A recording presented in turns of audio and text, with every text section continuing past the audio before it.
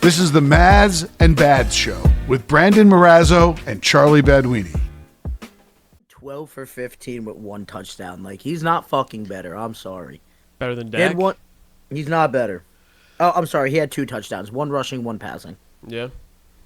Dak had 2 throwing and threw 28 of 51 with 379 yards. Well, he's not throwing 50 times if they're not down 28-3. You know what I No, mean? 100%. But, like, Dak's also going to, he's good for 2 touchdowns a game. Yeah. I hate everybody. And on that note, welcome into the Mazz and Bad Show. Yeah, Mazz, I started recording. I caught you complaining about your damn Cowboys just a little quickly, a little early on, but here we are, episode 13, if I'm not mistaken.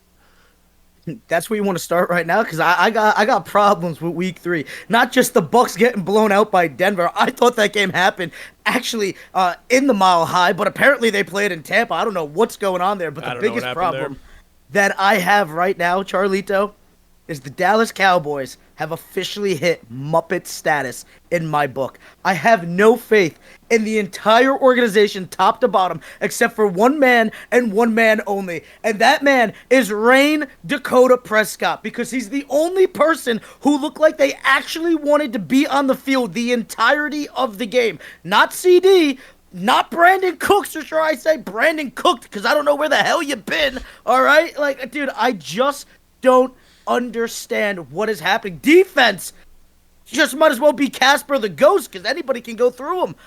We have problems all over the place. Starting with CD, I don't even blame him for the fumble. It happens. I do blame him for complaining to Dak the entirety rest of the game. Dak gets it back to within a 3-point score on that, even the last drive to make it a 3-point score. And even before that, where were you the entire second half? It's not like he wasn't thrown to you. It was drop pass or defended pass. Like, dude, come on. He hit you in the hands 3 times. You're supposed to be a top 2 receiver coming into this year. Where were you? What were you doing?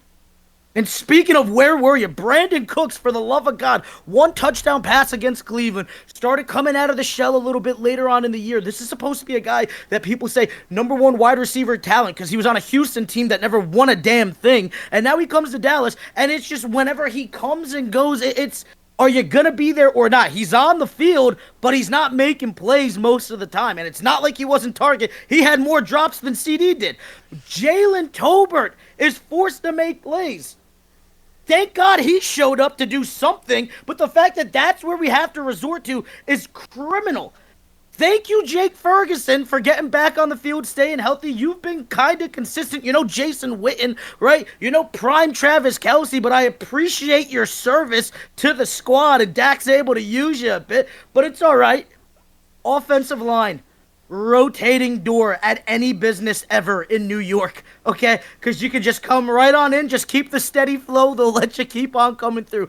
Defense, Swiss cheese. Charlie, I swear to God, a grandmother in a wheelchair in quicksand could have came through.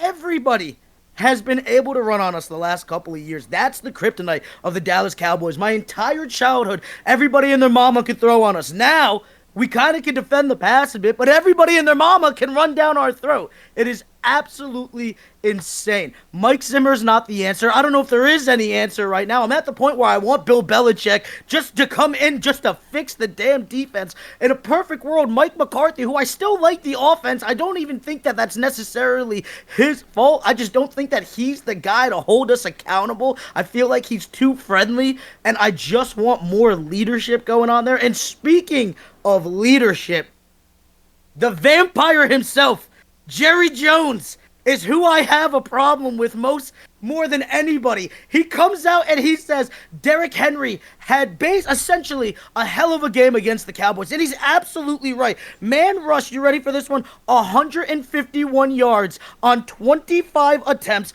2 touchdowns, including a long 29-yard run that he was absolutely beasting us through. A reporter comes out and says, hey, Jerry, why didn't you get him in the offseason? Because we know, according to Derrick Henry, never even got the phone call. And according to Jerry Jones, who so happens to own the most financial wealthy team in the entire league, goes, we couldn't afford him. Jerry, you're telling me your franchise is worth over $10 billion basically, and you couldn't afford an aging running back who signed in Baltimore for $8 million a year over 2 years. You couldn't afford the $8 million. Not to mention, you're from Texas, okay? There's no state tax. Maryland definitely has a higher tax, so you probably could have got it a little cheaper just because the guy's going to keep the same amount of money. Oh, wait, the story gets better, Charlito. Derrick Henry is a native of Dallas, Texas, apparently. That's where he lives in the offseason. Not just the state, lives in the damn city. Are you serious? Trades there in the offseason. Probably would have took a pay cut because he, one, would not have to uproot his family and have to go travel or rent a condo, apartment, house, whatever he's doing over in Baltimore. Would have probably took less money because it probably would have averaged out to be the damn same. We actually would have had a running back for the first time since Zeke came out of Ohio friggin' State. And I just don't understand it, man. And when I mean like a running back, I mean like elite. Yes, Tony Pollard was useful, but was he elite? No, absolutely not. I like Rico Dowdle, but the fact of the matter is the Cowboys are still towards the bottom in rushing themselves, so I'm not loving the rushing game, which apparently is just fine. Are you sitting here and telling me that you couldn't find $8 million? Here's an idea. Guess what I just found out? The cherry on top. Trey Lance, third string, emphasis on third string quarterback, because he can't even outplay Cooper Rush, is making $5 million for the season. That's 5 out of the 8 you need right there. You're paying to nothing. Not a future, not a contributor right now. Somebody that has not done a damn thing. But we can't afford Derrick Henry. Are you kidding me? Thank you. Muppets. Yeah, Mazz. I mean, the Cowboys definitely had just an abysmal showing, at least in the first 2.5, 3 quarters of that game on Sunday. But to me, I think you hit the nail on the head. It comes down to leadership. I would say the Cowboys and the Ravens are relatively on par in terms of talent, in terms of roster, in terms of the guys they got. I think it starts at the top. I think what you saw was a Jim Harbaugh coach team against a Mike McCarthy coach team. The Cowboys are going to win a lot of games this year. They probably will reach double digits. I know this is a really tough start to the season. I know you're really down bad about the defense right now, which does look porous. The offense looks out of sync besides Dak. I think it falls on the head coach's shoulders. And yeah, if the Cowboys want to turn this around and turn themselves back into a yearly contender where they're not getting laughed out of the playoffs, I think the only way you look is Bill Belichick. You think right now? Right. I mean, not necessarily right now, because you're not going to fire McCarthy mid-season and then hire Belichick mid-season to do that. I think you're gonna have to ride this year out with McCarthy, but once it's over, he's gone. Belichick in. You're hitting the ground running in 2025. I don't even hate McCarthy, man. I really don't.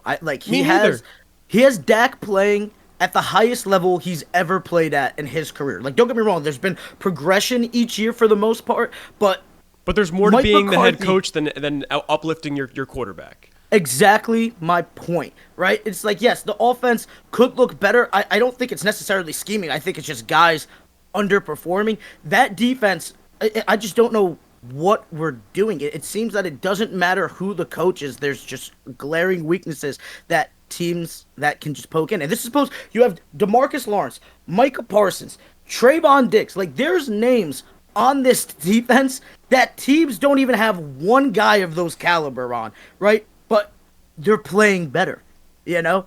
I mean, I don't know, man. I'm so disappointed. And I said that the Eagles are going to have the better season, I think. I expect Dallas not to, make a Super Bowl, but to go down like this, it's just a shame, dude. We could have beat Baltimore. The Saints domination, I don't even know how that happened. Wait, yes, I do. Apparently all you need is an elite running back and you can beat the Dallas Cowboys. That Derrick Henry thing's got to sting, because that could have been the difference in the game right there. You know what I mean? If Derrick Henry was was in a Dallas Cowboys uniform on Sunday instead of a Baltimore Ravens one, Cowboys could have won that game. Dude, and you know what else too? Like, maybe the money would have been there if the CD contract got done sooner. If the Dak contract got done sooner. Like, how can you sit there and say we're all in, and you didn't even inquire about Derrick Henry? Didn't even call, like you said. Derrick Henry said in the podcast over the summer, they didn't even call. Like, how do you not make that phone call? I mean, I'm also a little upset that Derrick Henry's agent didn't make the phone call too. It's like, hey, like he'd be willing, but I get it. Like, I'm valuable. You should want me, and I'm not just gonna come here just to come here. But dude, that's just incompetency at all levels. Like, how do you not even ask? Right? Even if he says, like, yo, it would have been like, 10, 12 million, and you're like, absolutely not. I'm fine. But to not even make the phone call. Check the temperature. You know what I mean? Come on, man. Yeah, organizational malpractice from the Cowboys there. Not doing everything and like you said, what Jerry Jones called an all-in year, not doing everything you can to try and push the chips all in with the guys you have and the guys you didn't have yet. Yeah. I mean, I don't think I have no faith that they're all in. Who's all in? I mean, like, what I mean? That's what I'm saying. There's no leader of men on that sideline that's gonna hold CD accountable for acting up. There's no one who's gonna go scream in the defense's face saying, "Hey, can we please make a stop?" They need a Bill Belichick, a figure that they can all look to know that's the guy who's pushing all the buttons. And that's the guy who's holding the reins. Yep. No, I just, like I said, my perfect world, Mike McCarthy puts the ego aside, steps down to offensive coordinator. Belichick comes in, full reins, and maybe he even brings Mike Vrabel along for the ride to coach the defense. I don't know. I have no clue. But know what? That's a would be awesome. Superstar coaching staff right there. That's right there. I mean, like, why not? You talk about being all in. Coaches don't go against the salary cap. You could literally build an all-star squad of coaching for a team that, by all measures, is not the worst. Like, they have the most Pro Bowlers of any team, I believe, in the last 10 years. So there's clearly talent. This isn't necessarily, it's not a drafting problem. I do think it is a GM problem, and when are you bringing in guys, and who are you deciding to keep at what time? But I don't think that Jerry's the worst GM in the world. I just think that, like, there's been moves that it's like, what are we doing? There's definitely better decisions to be made there. So, how do you counterbalance that? With a decent roster, elite coaching. And you could build quite arguably the greatest coaching staff of all time right now, providing you can get guys to check their egos. How do you get them to check their egos? Pay them money. Damn it. A big bag of cash. That's how you get them to check their egos. Yeah, Jerry is an oil baron, isn't he? You got the money, dude. This is supposed to be, you said, before my time has come, because he's up there, right? I want to see this organization come back to being the greatest organization on top. This is how you do it. I don't know if they're going to do it. I don't think it's going to get done. But that is my personal dream.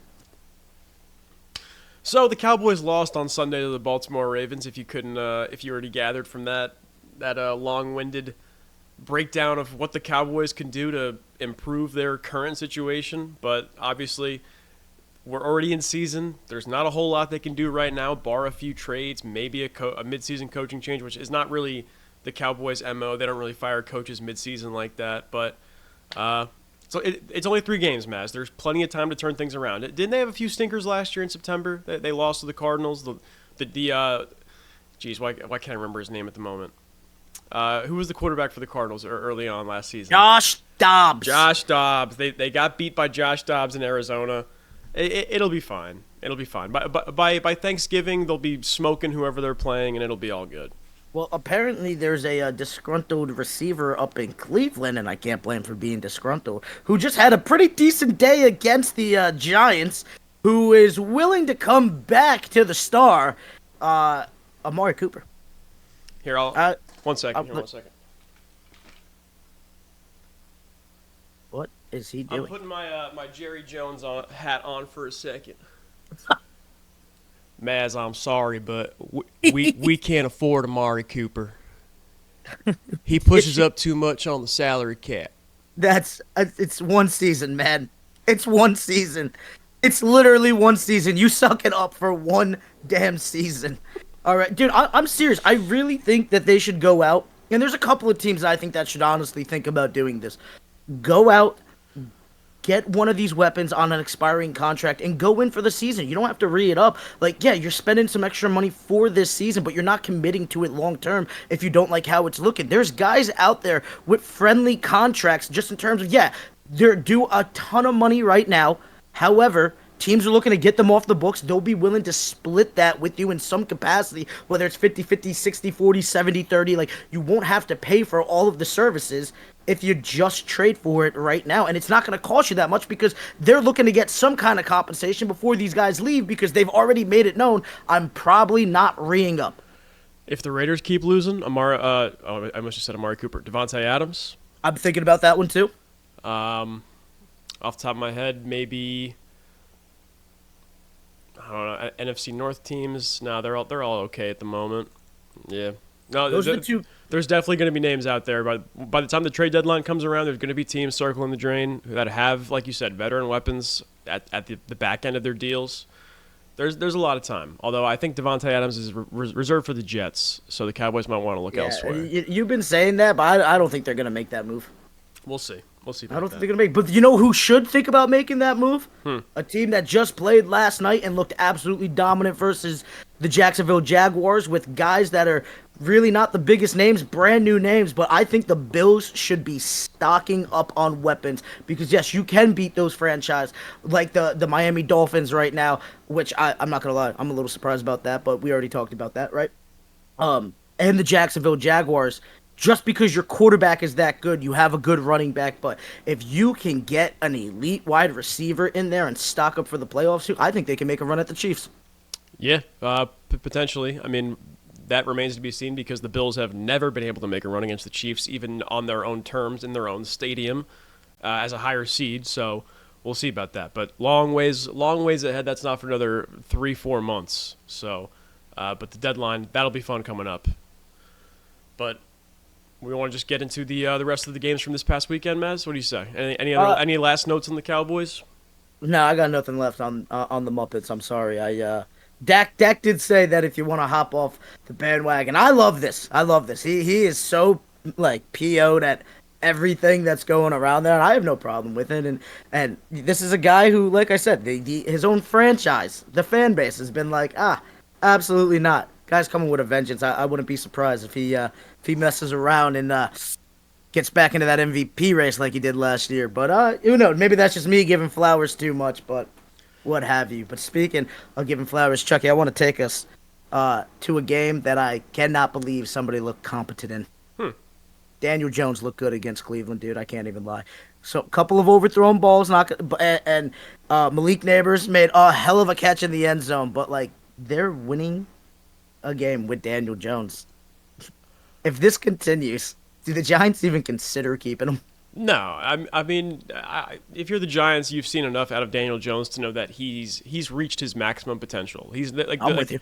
He's bumping his head up against the ceiling right now, thanks to Malik Neighbors, because that guy is single-handedly carrying that offense. Devin Singletary is not ripping off those runs he's running if the Browns don't have 2-3 guys dedicated to keep an eye on Malik Neighbors. The Daniel Jones isn't hitting Malik Neighbors in the end zone if he isn't toe tapping and making these insane, absurd, acrobatical grabs. Daniel Jones isn't hitting a Wan'Dale Robinson for 5 catches for 60 yards if the Browns aren't all focused on Malik Neighbors. That's how good this guy is. Sure, give Jones some credit for not making mistakes and doing what he can to put the Giants in the best position to win, but Malik Neighbors is the new Saquon Barkley for the Giants. He is a one-man offense, and he is doing this all off of his own superstardom. It had 8 receptions, 78 yards, 2 touchdowns. This is how good this kid is. Daniel Jones completed 70% of his throws, 24-34, 2 touchdowns, 236 yards, no interceptions. I believe no fumbles either, although he was sacked 2 times. But that kid is so good. Daniel Jones is looking like a middle of the pack quarterback once more. Malik Neighbors he's the truth. He's the real deal. Actually, I'm not gonna lie. That's kind of a real. That's. It's not an elite stat line, but it's an upper echelon. Just being really accurate. and 2 touchdowns. Like that's borderline top 10 numbers, although that is not nowhere near a top 10 quarterback. Also, can we talk about? I picked the Giants the first 2 weeks, and then I pick against them, and they lose, and they actually win. How unbelievable is that? I just need you to continue to keep on choosing them so that the curse reverse mojo absolutely knocks it off. You know. Spoiler alert! I think Big Brother's coming in Thursday night and taking out some anger on Little Brother, if you know what I'm saying. You say that the Cowboys are riding into MetLife? Yeah, because I'm on the same path with you right now. There's some anger to be let out. You know what I'm saying? Yeah, there should be. You know. But before we get any further, can we please talk about Thursday night last week? What do you want to talk about, Chucky? What do you mean? What do I want to talk about? What do you want to talk about? You Mazz. dominated. Listen. Mazz, no. Listen to me, okay? For the first time since 2008, Yep. I was 8 years old, right? Yep. The Jets had a first down on every offensive possession. Yep. For the first time since I was 8 years old. I don't know what to tell you. For the first time since 1989, Yep. the Jets have had an offensive touchdown in all 3 of their first 3 games. I couldn't believe myself sitting in the stands at MetLife what I was watching. I had never seen a Jets offense operate like that in my lifetime. Now, I just told you 2008. I was 8 years old. I wasn't the biggest football fan. We were watching on TV with my dad, but I didn't know what the heck was going on the screen. Yeah. I have literally never seen a Jets offense operate at this high a level. And I have no one else to thank but Tyron Smith, Morgan Moses, and John Simpson. Now, I bet you thought I was going to say Aaron Rodgers there, right? I did. I'm not going to lie. But I watched the game, and that's a absolute correct. I said that there was some sexiness going on with the San Francisco line versus the Jets. There was some sexiness going on with the Jets line. You know, I'm a big fan of offensive lines dominating the line of scrimmage, and dominate they did. Since that San Fran game, which that was kind of like a, I don't know, I think they just needed a wake-up call. Like they walked into the season thinking, oh, we're going to be good this year, yada, yada. And then San Fran was like, nah, you got to lock in. And since then, they've locked in. Because Tennessee, New England, those guys up front have been setting the tone for the Jets offense in every possession, every drive they've been on.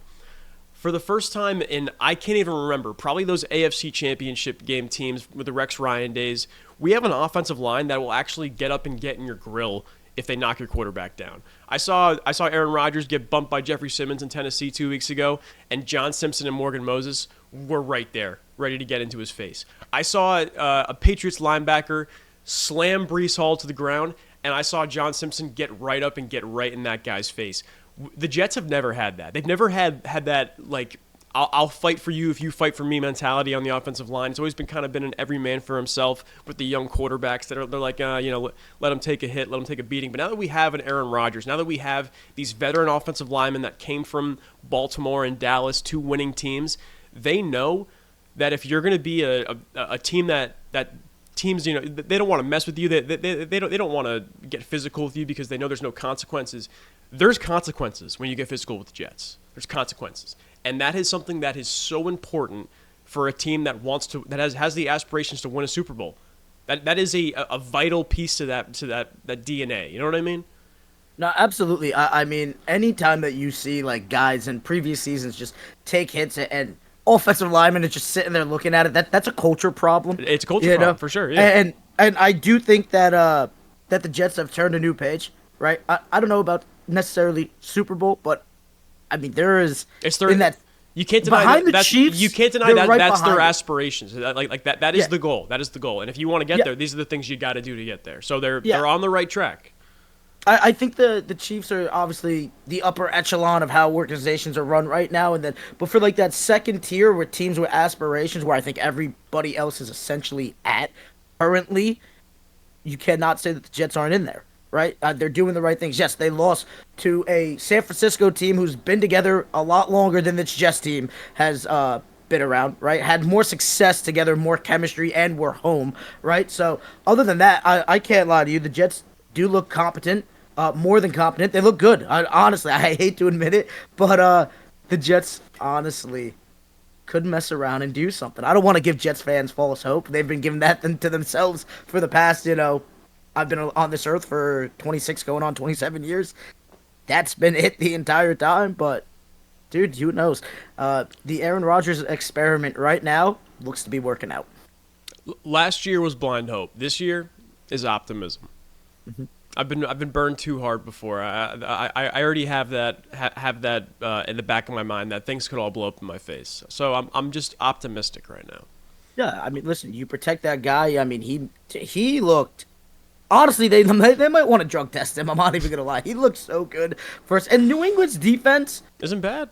really good the first 2 weeks, and then they come to Thursday night and they just got dominated, and even with getting dominated, it's not like Aaron Rodgers threw for 400 yards. It's not like he threw for 5 touchdowns. They limited him as much as I think they could. It's just there's so much talent going there, and now so much competency there, like right decisions being made on the field. What were you going to do about it? But Aaron Rodgers, for not, going Super Saiyan, I mean, I don't think there was a single bad throw. I don't think there was a bad decision made.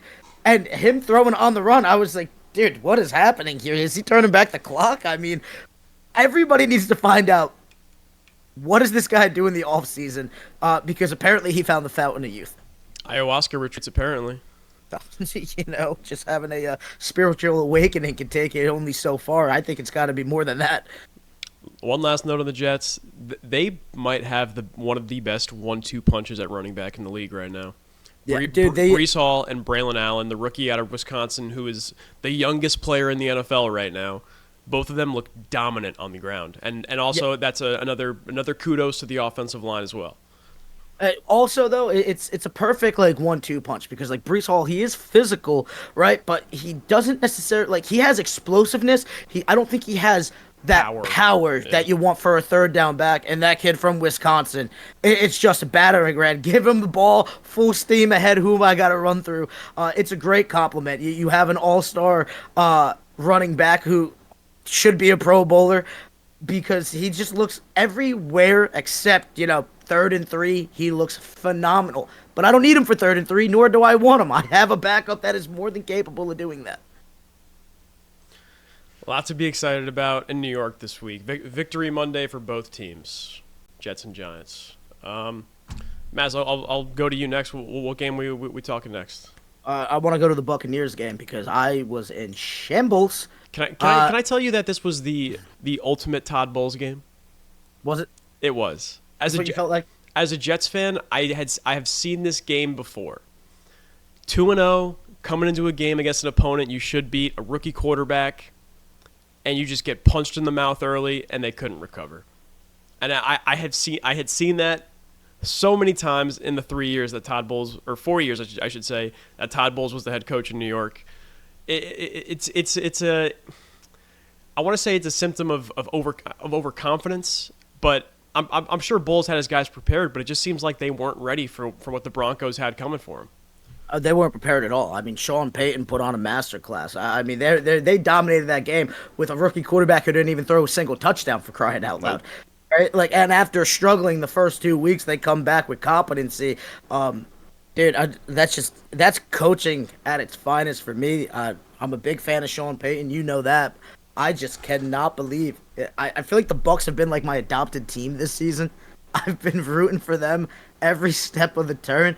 And I saw that stat line. I was catching it in red zone, but it did not occur to me until late in the third quarter that I went, oh my God, they're not in Denver. I could have just chalked that up to the elevation. It's hard to breathe up there. No. They literally came down to Tampa and waxed it. That's insane. You know, something we forgot about too pregame was, those 2 years in Tampa Bay with Brady, before even Bowles was the head coach, it was still the Bruce Arians show. Yep. The Saints were undefeated against Brady and the Bucs in the regular season. So that was something that we forgot about. Sean Payton obviously knows something that can crack Todd Bowles' defense. Guys got a recipe, man. I feel like these guys it's like grandma's cookbook. You don't really know what's in it, but you assume there's just a hint of magic in there, and there's some deep I don't know. Well, I guess here it'd be dark secret, but of just like you don't even want to know what's there because you couldn't comprehend it. But it's that special something, man. It's like Mike's secret stuff in the Looney Tunes. Yeah, no Space Jam. Sean's secret stuff. Yeah, literally, But that just goes to show, right, that this league, everybody, I want to sit here and tell you that the fix is in, and maybe it is. I don't know. I imagine that a majority of the bets were on Tampa for that game, but I think that's why I love and kind of hate this league at times because it's just like everything that I thought I knew thrown out the window. It's literally any given Sunday, any given Thursday, any given Monday night. They don't say it for no reason. You know what I'm saying? Yes. Anyone can be beat any given Sunday. It's just a fact of the NFL. And the fact is, too, like I know like it's early on, but these games mean so much. This is not an 82-game regular season. This is not 100 and I don't even know what baseball had, 162. Yeah, so this is literally, what are we at, 17 now? Going up to 18, I just don't even know, man. I don't even know. I love it. I hate it. I don't even know what to think of it. Let me ask you if you love or hate the Steelers still riding with Justin Fields with Russell Wilson still sidelined with a calf injury. At this point, it kind of feels like that Russ has gotten healthy enough to play. They're just riding the hot hand with Justin Fields. I'm fine with it. I love it absolutely. This is why Mike Tomlinson, it's never had a losing season, right? Even 2 Super Bowls with Ben Roethlisberger. Like this is, you want to talk about like top 10 coaches and like legacy of guys that are still like playing. We always talk about Sean Payton, right? We always talk about Andy Reid, but Mike Tomlinson deserves his flowers. Why wouldn't you rock with Justin Fields? Because the fact of the matter is he hasn't messed up yet, right? And they're still winning games. He's still looking good. Russ is older, right? He might be recovered from that calf injury, but I don't necessarily need you right now. I need you to stay waiting and hot for when this kid does falter. Then I want you coming in and stabling the ship. But for right now, if I don't need you taking those hits and we can look good and I can build up this kid's confidence, and let's be honest, he's probably going to be our quarterback moving forward in the upcoming seasons. Let's get this kid as much experience as possible. I mean, Justin Fields is looking good.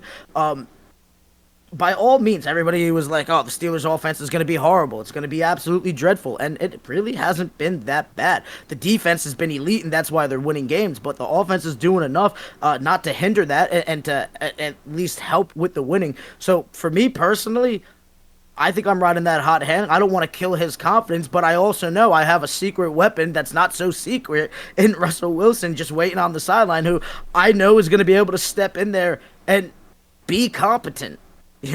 Look good. I mean, he looked good when he finally got a coach in Denver. He looked good in Seattle, except for the last year of it, he was banged up. This is a veteran quarterback who guys have been talking about, hey, is this the best quarterback in the league at some points when he was with Seattle?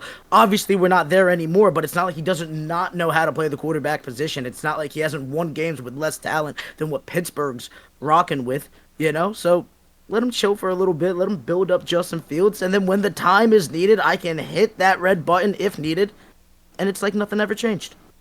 Yeah, I think you make a great point there where Russ can probably seamlessly step in. He was the starting quarterback in training camp and minicamp. He knows the offense in and out probably. But yeah, Justin Fields here has a chance to be the long-term starter in Pittsburgh. Because there's not another quarterback on the roster that's a high-end draft pick or a guy with immense upside. If Fields can continue this level of play, the Steelers keep winning. He's playing himself into a long-term spot here with the Pittsburgh Steelers. Russell Wilson is in the back end of his career. He's not going to be your long-term starter. He's just nice insurance to have right now on the sideline. But yeah, the way Fields is playing, you can't take him off the field. The defense is winning them these games, right?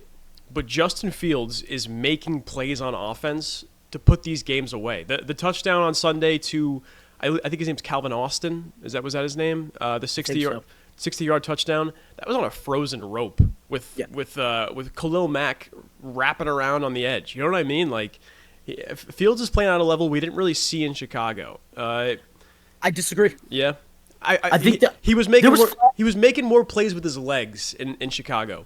He's making a lot more pocket passer, like high difficulty throws that I didn't see him do as much with the Bears.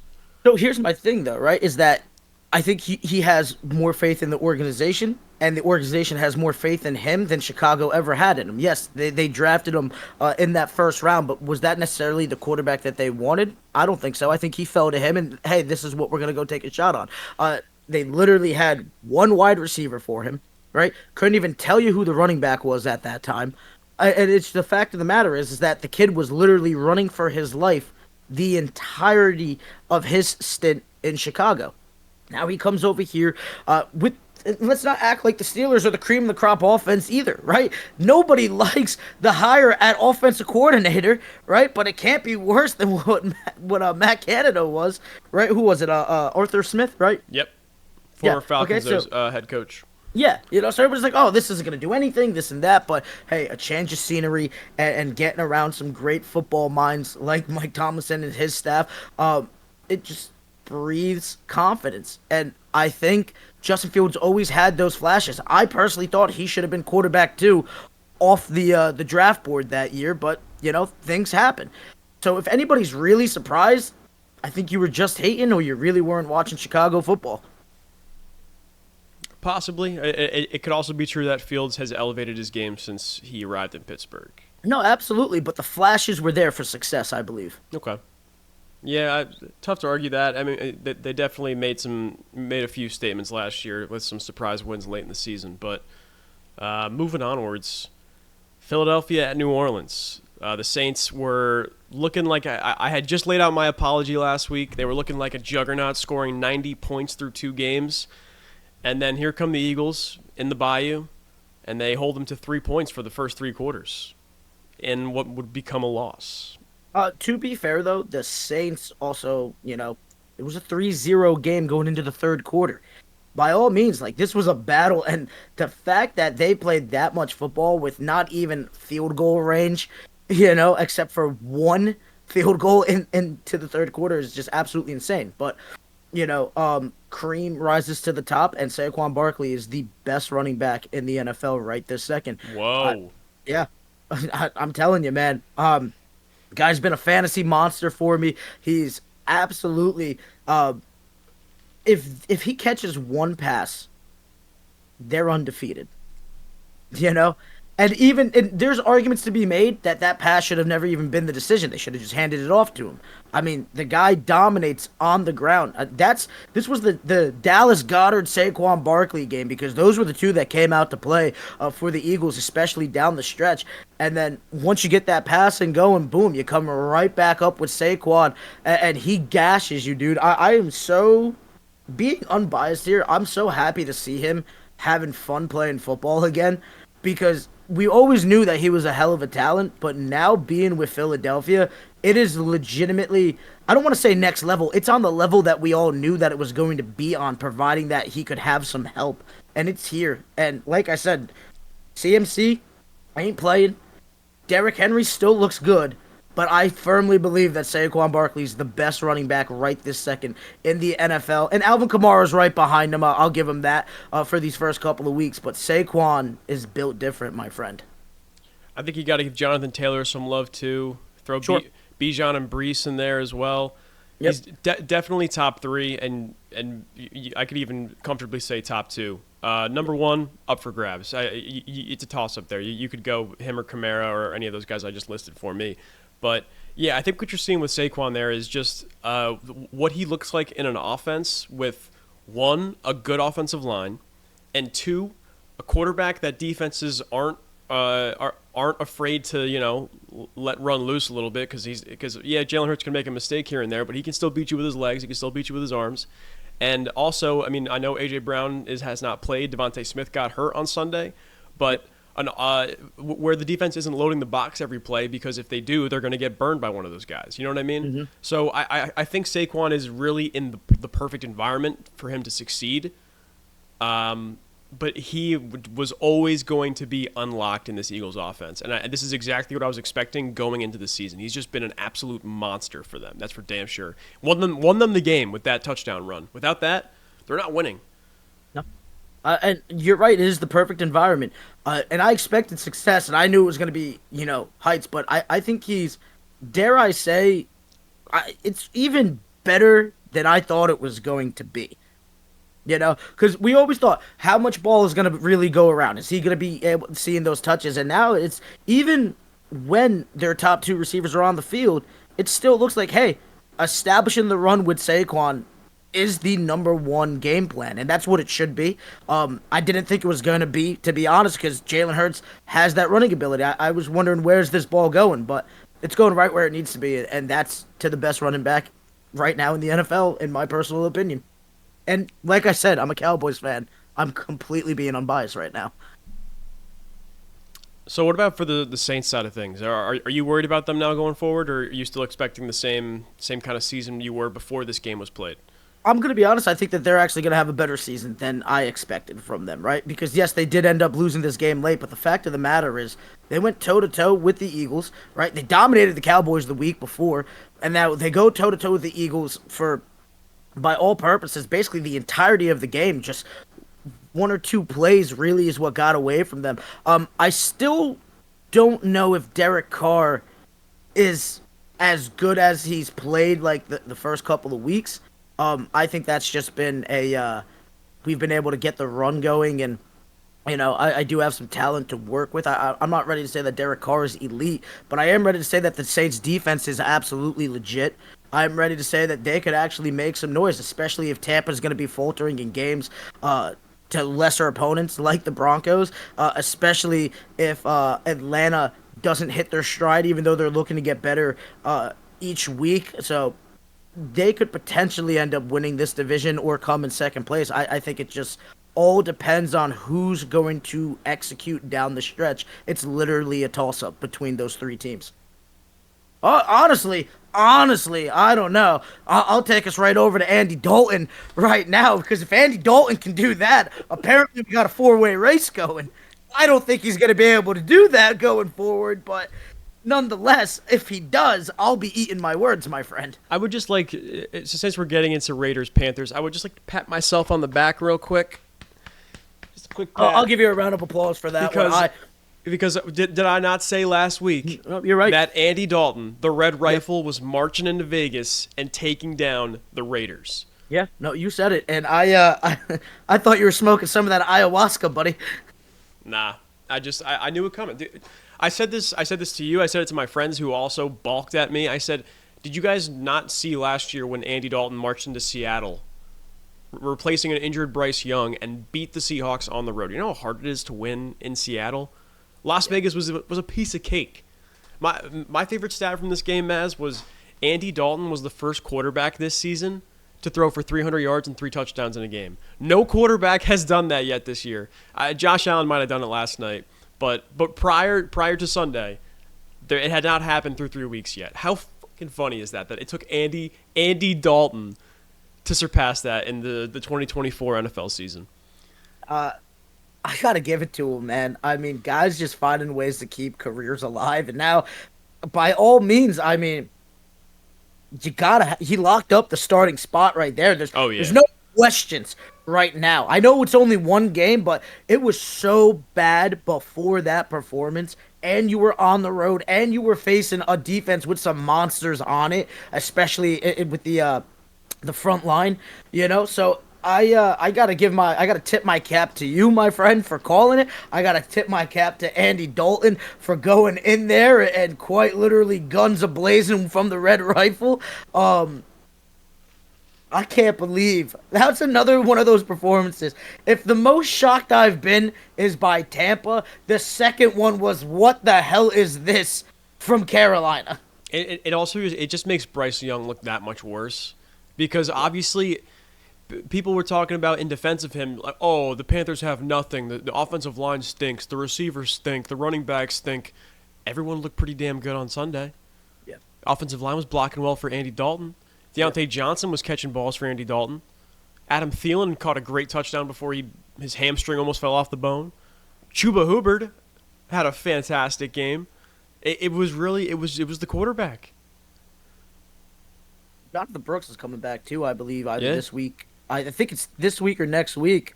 I'm really excited. It's week 4 or week 6. I can't remember which one is the non-football injury list. I think it's week 4, so it should be this week. Okay, it should be this week. Cool.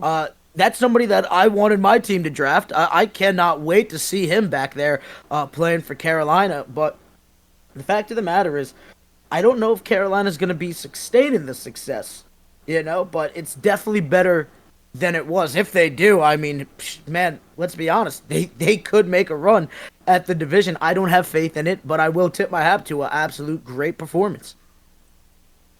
That's for damn sure. And I think one of the more shocking things was just how inept the Raiders looked coming off a win in Baltimore.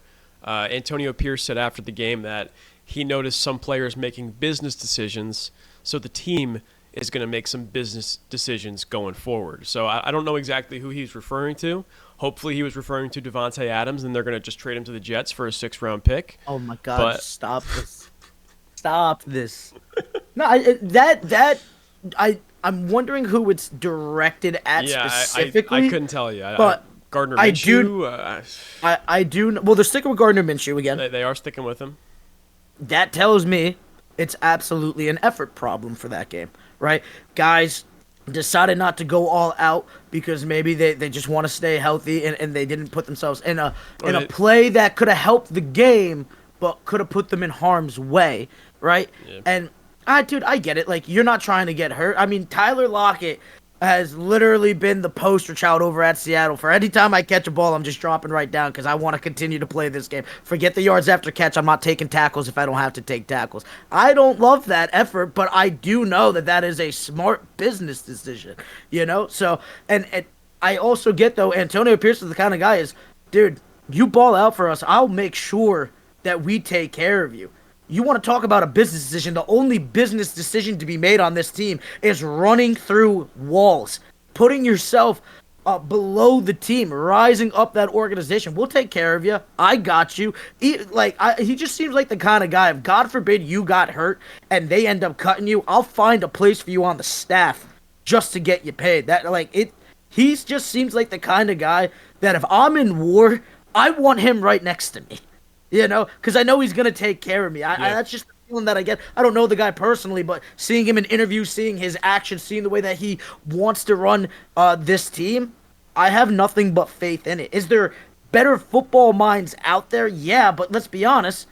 It's his 2nd year. He's an interim coach last year, and he got a damn job of keys to an organization that quite literally didn't know what door they had the key to, So I love this guy. I love that he's holding guys accountable. And I have faith in the Raiders moving forward in the years to come if the front office can make the moves to support him. Yeah, I've knocked Antonio Pierce a couple times preseason and through the first 2 games of the season, but you can't knock him for that because he's a former player. He knows what it takes. And if someone's not putting 100% effort in, he can probably see that from a mile away because he knows what 100% effort looks like. You know what I mean? So, sure. Yeah, are the Raiders always going to be the best coach team? Are they going to have the best schemes? No. But, maybe not. But Antonio Pierce is damn sure going to make sure everyone on the field is giving 100% on every play. But also, let's not forget, right? Is Vince Lombardi known for his scheming? Nope. I'm not saying he's a bad schemer, and I'm sure there's a historian out there that can put me in my place and be like, you have absolutely no clue. But when you think of Vince Lombardi, right, before Bill Belichick, probably the most legendary coach in the game, motivation was key to success, right? You do not have to be the best X's and O's guy if you can get your Jims and Joes to die for you. That's a guy who's capable of that, Mr. Pierce. So, I got a stat for you, buddy. Okay. I just looked up real quick, NFL.com, looking at, the stats, because we were talking about the top running back. And I said that Saquon Barkley's the best in the league, and I have proof to back me up. You want to know why? Because in terms of touchdowns, there are currently only, what do I got here? 1, 2, 3. There are 4 guys with 4 touchdowns. Mr. Barkley, Derrick Henry, Alvin Kamara, Kyron Williams. Only one of those guys has eclipsed 300 yards. Saquon Barkley, rushing leader right now with 351. Second place, Jordan Mason with 324 and J.K. Dobbins with 310. Then it's Kamara with 285. So, leading in tied in terms of leading for touchdowns and leading for rushings. I gotta go with Saquon as the best running back right now, buddy. It's damn impressive, and it's hard to argue with that logic, especially after hearing that stat. You know what? I'm with you. It's safe to say that as it stands right now, Saquon Barkley is the best running back in football. You heard it here first. Who you got for the best quarterback right now for your money's worth? Because Sam Darnold has made a case. If you're asking me right now, as of September 24th, 2024, it's got to be that guy Josh Allen. Got to be that guy up in Buffalo. Yep.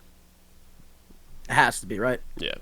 As fantastic as Darnold is playing, I mean, he's got Justin Jefferson. You know what I mean? Yep.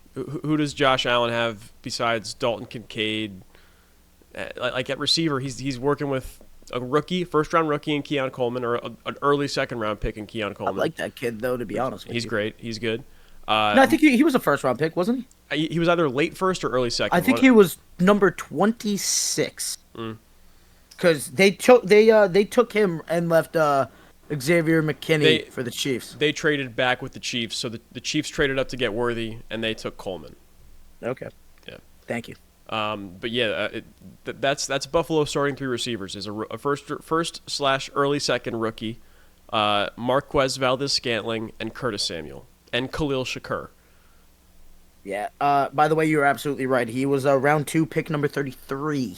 There you go. Early second rounder. I think they traded back a few spots to recoup some capital and also draft him, which seems to be a great move because Keon Coleman looks like he's got first round talent. Yeah, I like that kid. Like I said, and you know, there's some stuff to work with. I mean, James Cook has looked pretty good for Buffalo. You know, I still wish that they had like a power back to go after it and wouldn't just have to, you know, get their quarterback who just so happens to be 6'6" and falls forward every time. Mm-hmm. You know, but other than that, like I said though, they look dominant. Jacksonville looks like they need to just destroy the whole thing because it's just not working. Yeah, the thing is, they just handed out like over $200 million in contracts, or more than that, with Trevor Lawrence and Tyson Campbell, I think his name is, at the corner. Mm-hmm. And they also they just gave who else did they sign? Eric Armstead from San Fran. He's on the defensive line now, although I didn't see him at all last night. Did you see anybody on defense at all? Anywhere? They were missing all three of their starting corners, which is not an excuse to get drubbed 47-10 or whatever it was. Was that the correct score? I think they might have scored a garbage touchdown. Let's check it out. I turned that game off after it was on my halftime. split screen. Side note, 47-10. Yeah, what the hell, dude? It took me forever, but I finally figured out how to go split box with the NFL Monday Night Football games on the ESPN app, so that was great. Because, you know, for when you come right onto it, college just gives you the option right there, but I had to mess around. I literally had to YouTube how to do it. I was like, dude, what am I missing here? And, like, the tab where it's like, oh, Mazz, just read what the things are, because it's only 2 clicks away. But nothing was telling me what it was. It was just an image, and I'm supposed to know what this image is. There was no... I've never felt like an old man with technology so bad in my life. You got to have the double monitor setup, dude, so you can have both games on at once. I had Bills Jags on this one for a little bit, and then I had the main card Bengals Commanders on the big screen. Can I just show you something real quick? Yeah, sure. There's a 65-inch TV in the damn room. Split screen will do just fine. Just make it easier for me, damn it. All right, fair enough. It's 60. Like Kiara bought it with the when we eventually move out. This is gonna be our living room TV because it was such a good deal that she felt that she had to have it. And I've been complaining about a small TV, so it was kind of like a birthday present, but it's really for the quote unquote household. But if she thinks that I'm giving this up in a bedroom, she's got another thing coming. She can have whatever else that she wants, but that TV is staying wherever bedroom I am at. It's hard to argue with that, especially for a football fan like yourself. I bet you on Sundays you can get a nice little quad box going as well. Yeah, I mean, I've been traveling for these Sundays, you know, shout out Billy, shout out Ancaphone, but other than that, yeah, I mean, like those Monday nights when the old man's just had enough football, yeah, I'm chilling here watching it. Saturdays, I'm chilling here watching if nothing else is going on, and the split box, quad box, whatever have you, picture in picture, it's fantastic. Hell yeah, man. Well, That was a great transition. We just accidentally talked about Buffalo and Jacksonville and that public execution last night live on national television for everybody to see. But the big shocker last night was the Washington Commanders marching into Cincinnati and upsetting the Bengals, winning 38-33, I think was the final score. Mm-hmm. And you mean the Jayden Daniels coming out party? Yeah, the Jayden Daniels coming out party. That's for damn sure. Dude, he looked so good. Did you see?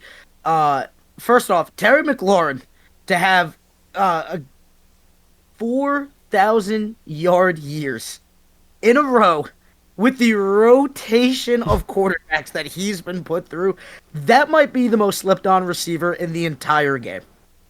Second, that throw to McLaurin, while Daniels was getting absolutely crushed, and he threw up a prayer, and I went, oh boy, that does not look good. Shut up, Mazz. Perfect placement, not overthrown, not underthrown. Literally could not have put that ball in a better position to be caught. The kid is a dual threat. He looks absolutely phenomenal. It is giving me like RG3's first season in Washington vibes with more support. Now I know RG3 didn't live up to the hype. Yes, the injuries piled up, but the fact of the matter is RG3 in his rookie season had 3K yards, I believe 20 touchdowns, 7 interceptions, and ran, I think, for like 6 or 7 touchdowns as well. I think also had like 800 plus yards with it. So it was a really good rookie season, the best rookie season that Washington has seen until this kid, because if he keeps up on a roll, I mean, he legitimately is a game changer. He's up there,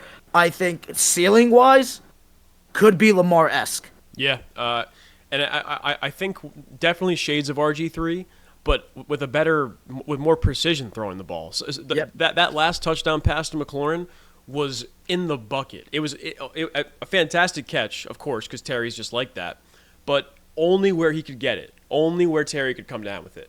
The deep bomb before halftime.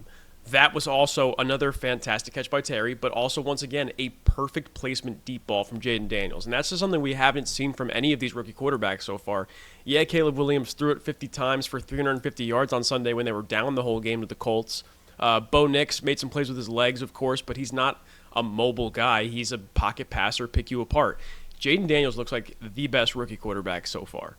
No, absolutely. I thought it was going to be Caleb. Personally, me too. But I like Daniels. You know, I will forever stand by. I did not think he should have been the Heisman. I just thought that Penix, being the only one left in college football playoffs, should have been the guy. I thought he had a hell of a year and was playing some bigger opponents that year. But I will fully concede right now and probably moving forward. If I had to bank the house on it, Jayden Daniels is probably going to go down the best quarterback the way that things are looking.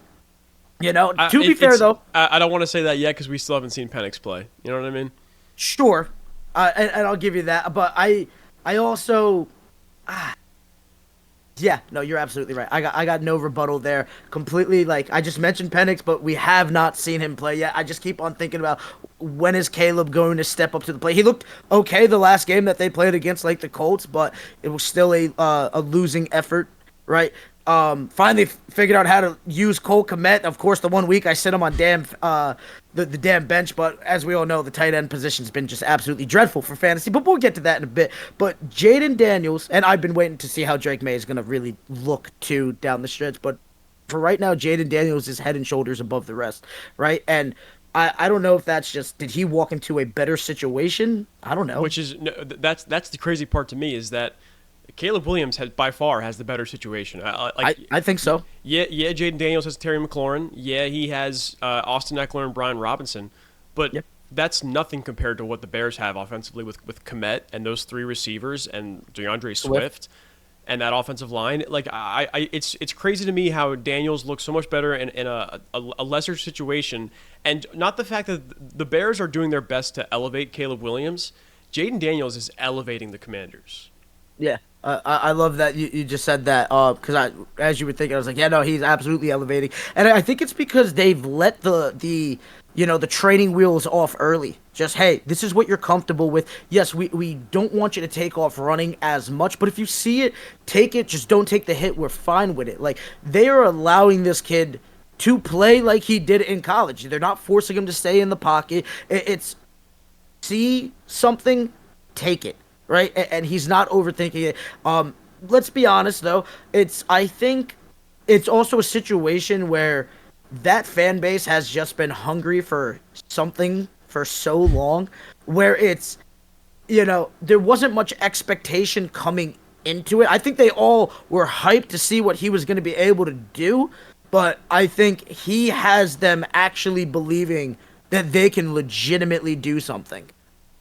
Whether it's competing for the division this year or potentially building for the future. Like, it's exactly what you want to see for a franchise who has a brand new head coach, even though he has experience as a coordinator and a head coach, was in a Super Bowl. But, even the defense looks good, and Chase Young isn't even there, Yep. So it's like everything looks like it's coming together for Washington. I don't even want to say slowly but surely. It's just like at a pace of what you expect. It's probably even more so along of what you expect the rebuild to be. We also might need to give some love to Cliff Kingsbury, who's the offensive coordinator there in Washington. He didn't get a lot of credit for what he did with Kyler Murray. He was there from the two of them were there from the get-go. He developed Murray into the quarterback that he is, and then now here he is in Washington developing Jayden Daniels.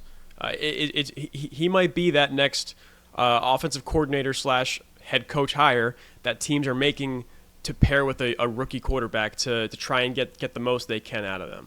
Well, it's not just those guys too, right? I'm pretty sure he was the quarterback or quarterback coach or offense coordinator for Johnny Manziel. And Patrick Mahomes and Baker Mayfield. There it is, Yeah. So there's been a long list of every guy that he has touched. When they're with him, they end up better than what they were.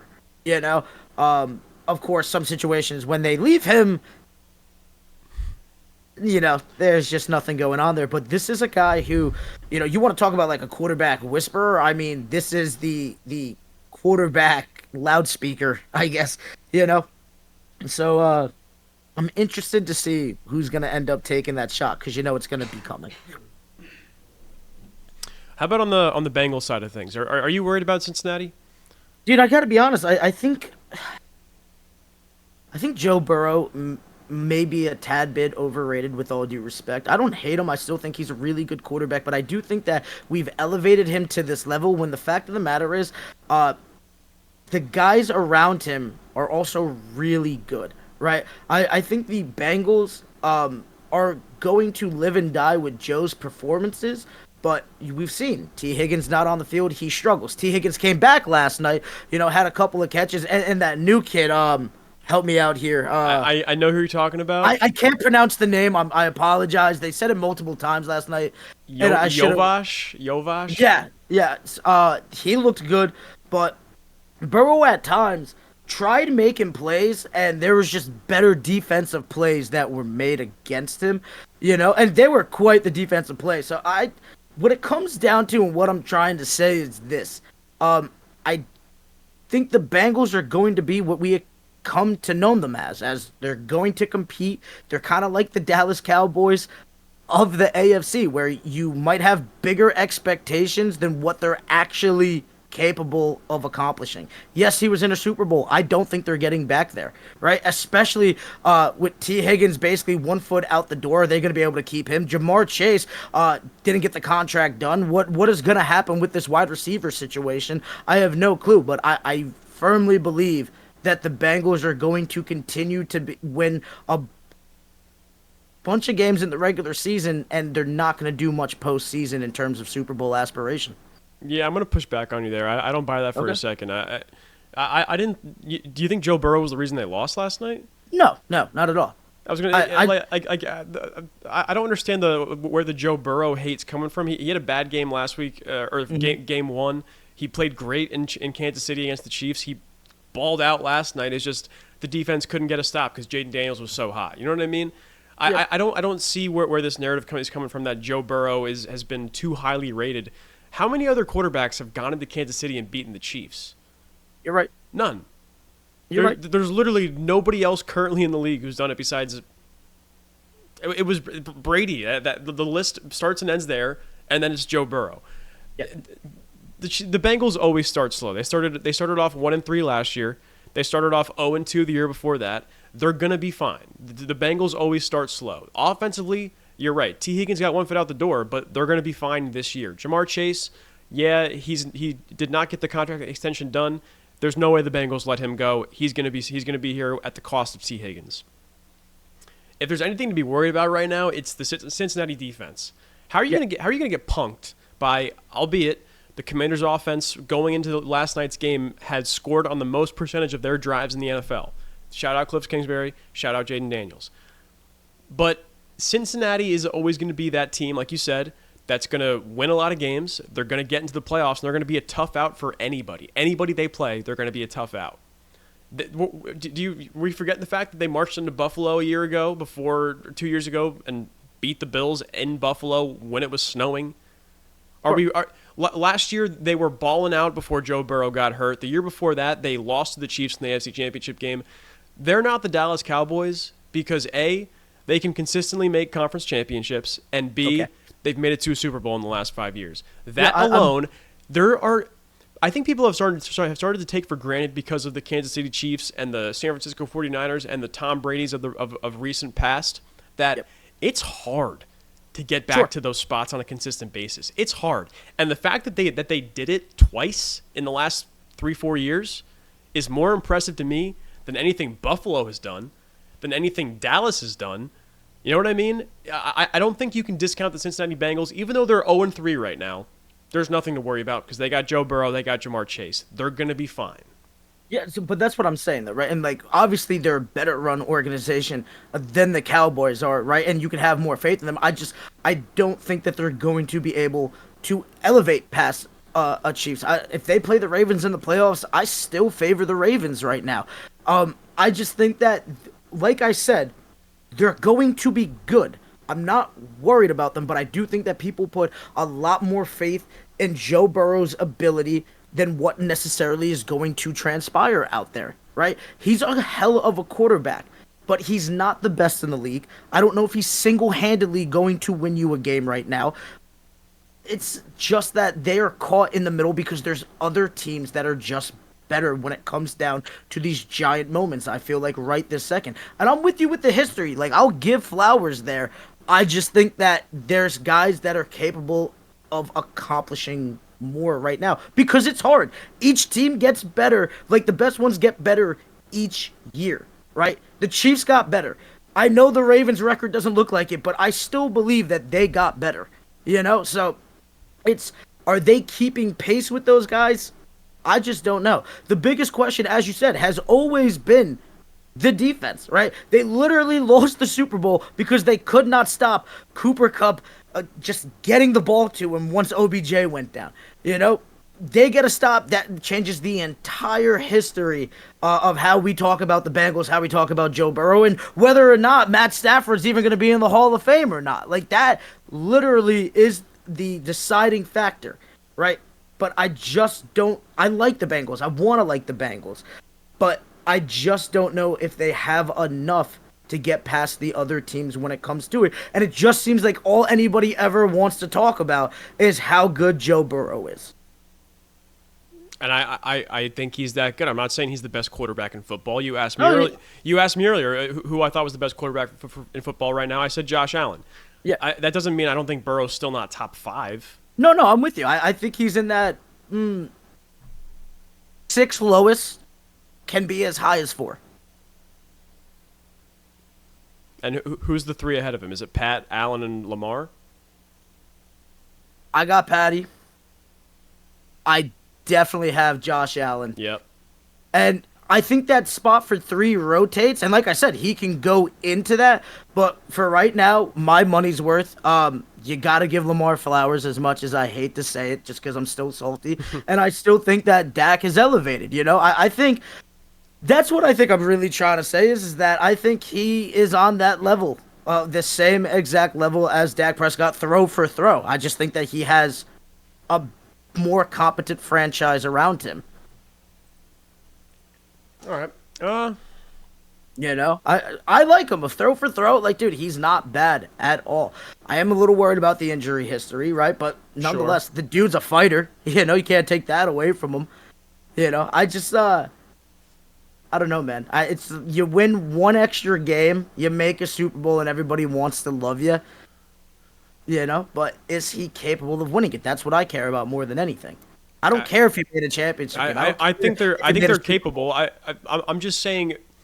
What I'm trying to say is I know it's the NFL is a what have you done for me recently business. Sure. I'm just saying in the past four or 5 years, what other teams, and I understand that there are always going to be better teams coming in that weren't as good in years past.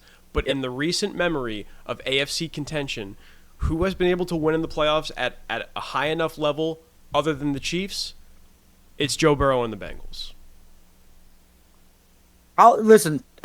You won't hear this often. I'll concede to you. You make a hell of a point, but I even got your Jets over them right now. So once again, I don't think they're going anywhere because I don't think that they do enough to get back. They have not done enough to get back there. If they do get back to it, Jamar Chase and T. Higgins, I think, have played the best seasons you've ever seen from a wide receiver duo, right? That defense is getting after a quarterback because I don't trust that secondary, you know? So, and Joe Burrow did Joe Burrow-esque things in terms of I'm going to take care of the ball, right? I'm going to try and stay healthy, and I'm going to play the quarterback position at a high level. Not the most elite level, but a very high level.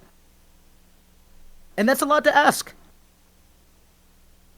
Well, we have a lot of football left. So, obviously, I mean, I think Jets-Bengals would be a sick playoff matchup, but obviously that's way further down the road than any of us can even picture right now. We don't even know who's going to win the AFC North with the Steelers undefeated, the Bengals at 0-3, and the Ravens at 1-2, and Cleveland. I think we can start to sweep Cleveland off a little bit because that offense just looks absolutely horrendous. So. Dude, they gotta start making sales. I think honestly, but if you want to know anything for this NFL season, just go get your Magic 8 Ball and shake it because that's as close as we're gonna get to any consistency, I think, in terms of what the hell to expect because it's been a rotating carousel of chaos the past 3 weeks.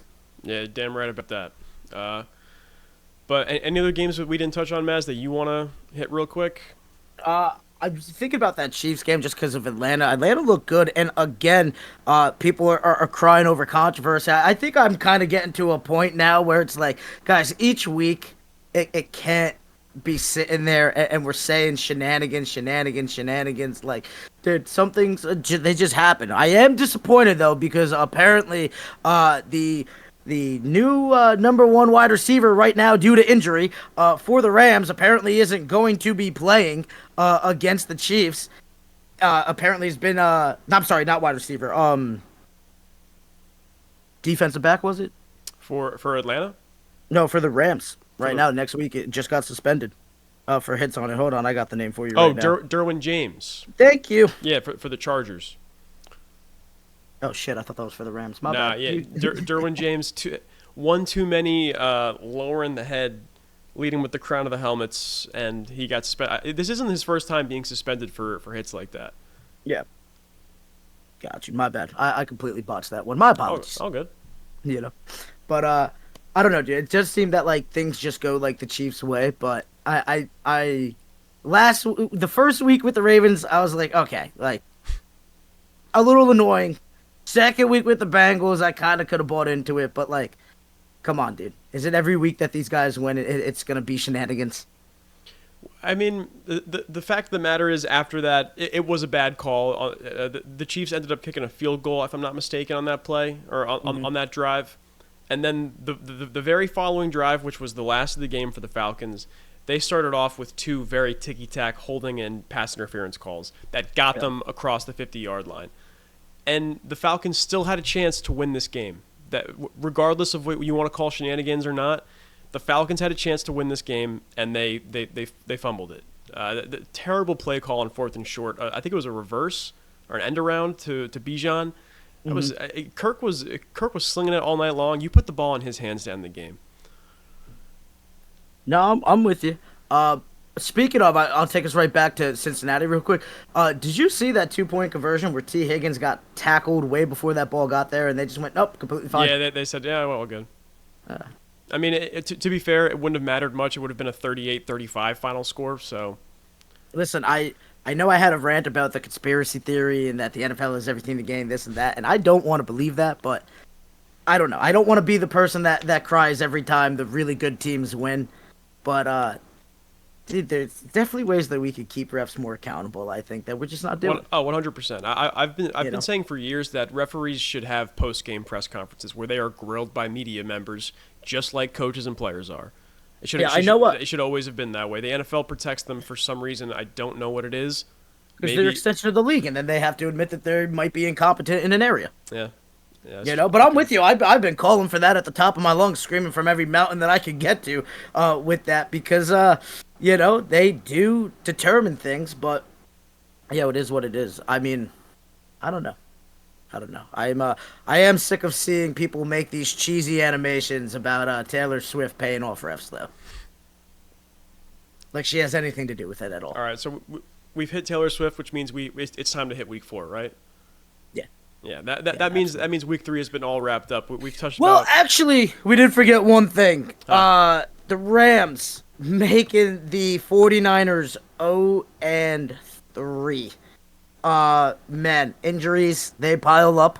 For both teams. Both teams have gotten injured to hell and back. But I think looking at quarterback talent, when you both have injuries like crazy, can advance you over. And Brock Purdy has played well enough to be top 10. We talk about Matt Stafford being top 10, but when it comes to talent, right, I don't even think there's a question that Matt Stafford is definitely better than Brock Purdy. No question. Although people were really fast to jump on the Brock Purdy hate train last week against Minnesota. Yep. But he balled out against the Rams. I mean, he was missing McCaffrey, missing Kittle, missing Debo. Yep. He's throwing to Brandon Ayuk, who forgot how to catch over the summer when he was holding out for his contract, and Jawan Jennings and Ronnie Bell. And the guy still threw for 300 yards and had 3 touchdowns, no picks.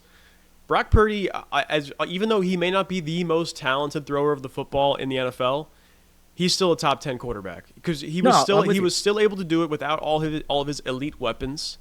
And they were just this close to winning that game. If not for some Matt Stafford magic, the Niners are walking out of that game with a win. Yeah, no, it's just absolutely insane how you could go and throw 3 touchdowns, 292 yards, 22 of 30, but Matt Stafford is just clutch, dude. It's just what he does. The man only had 1 touchdown and beat him. Yeah. That just does not make sense. He made the throws when it mattered the most. The clutchest of times, right? And that just goes to show that, like, your stat lines, they declare shenanigans. You could, on the books, look to have the better game, but those throws, those plays coming in certain moments, they just matter a little bit more. I will take clutch over a beautiful stat line any day of the week because I don't care how you win, just win the damn game. Yeah.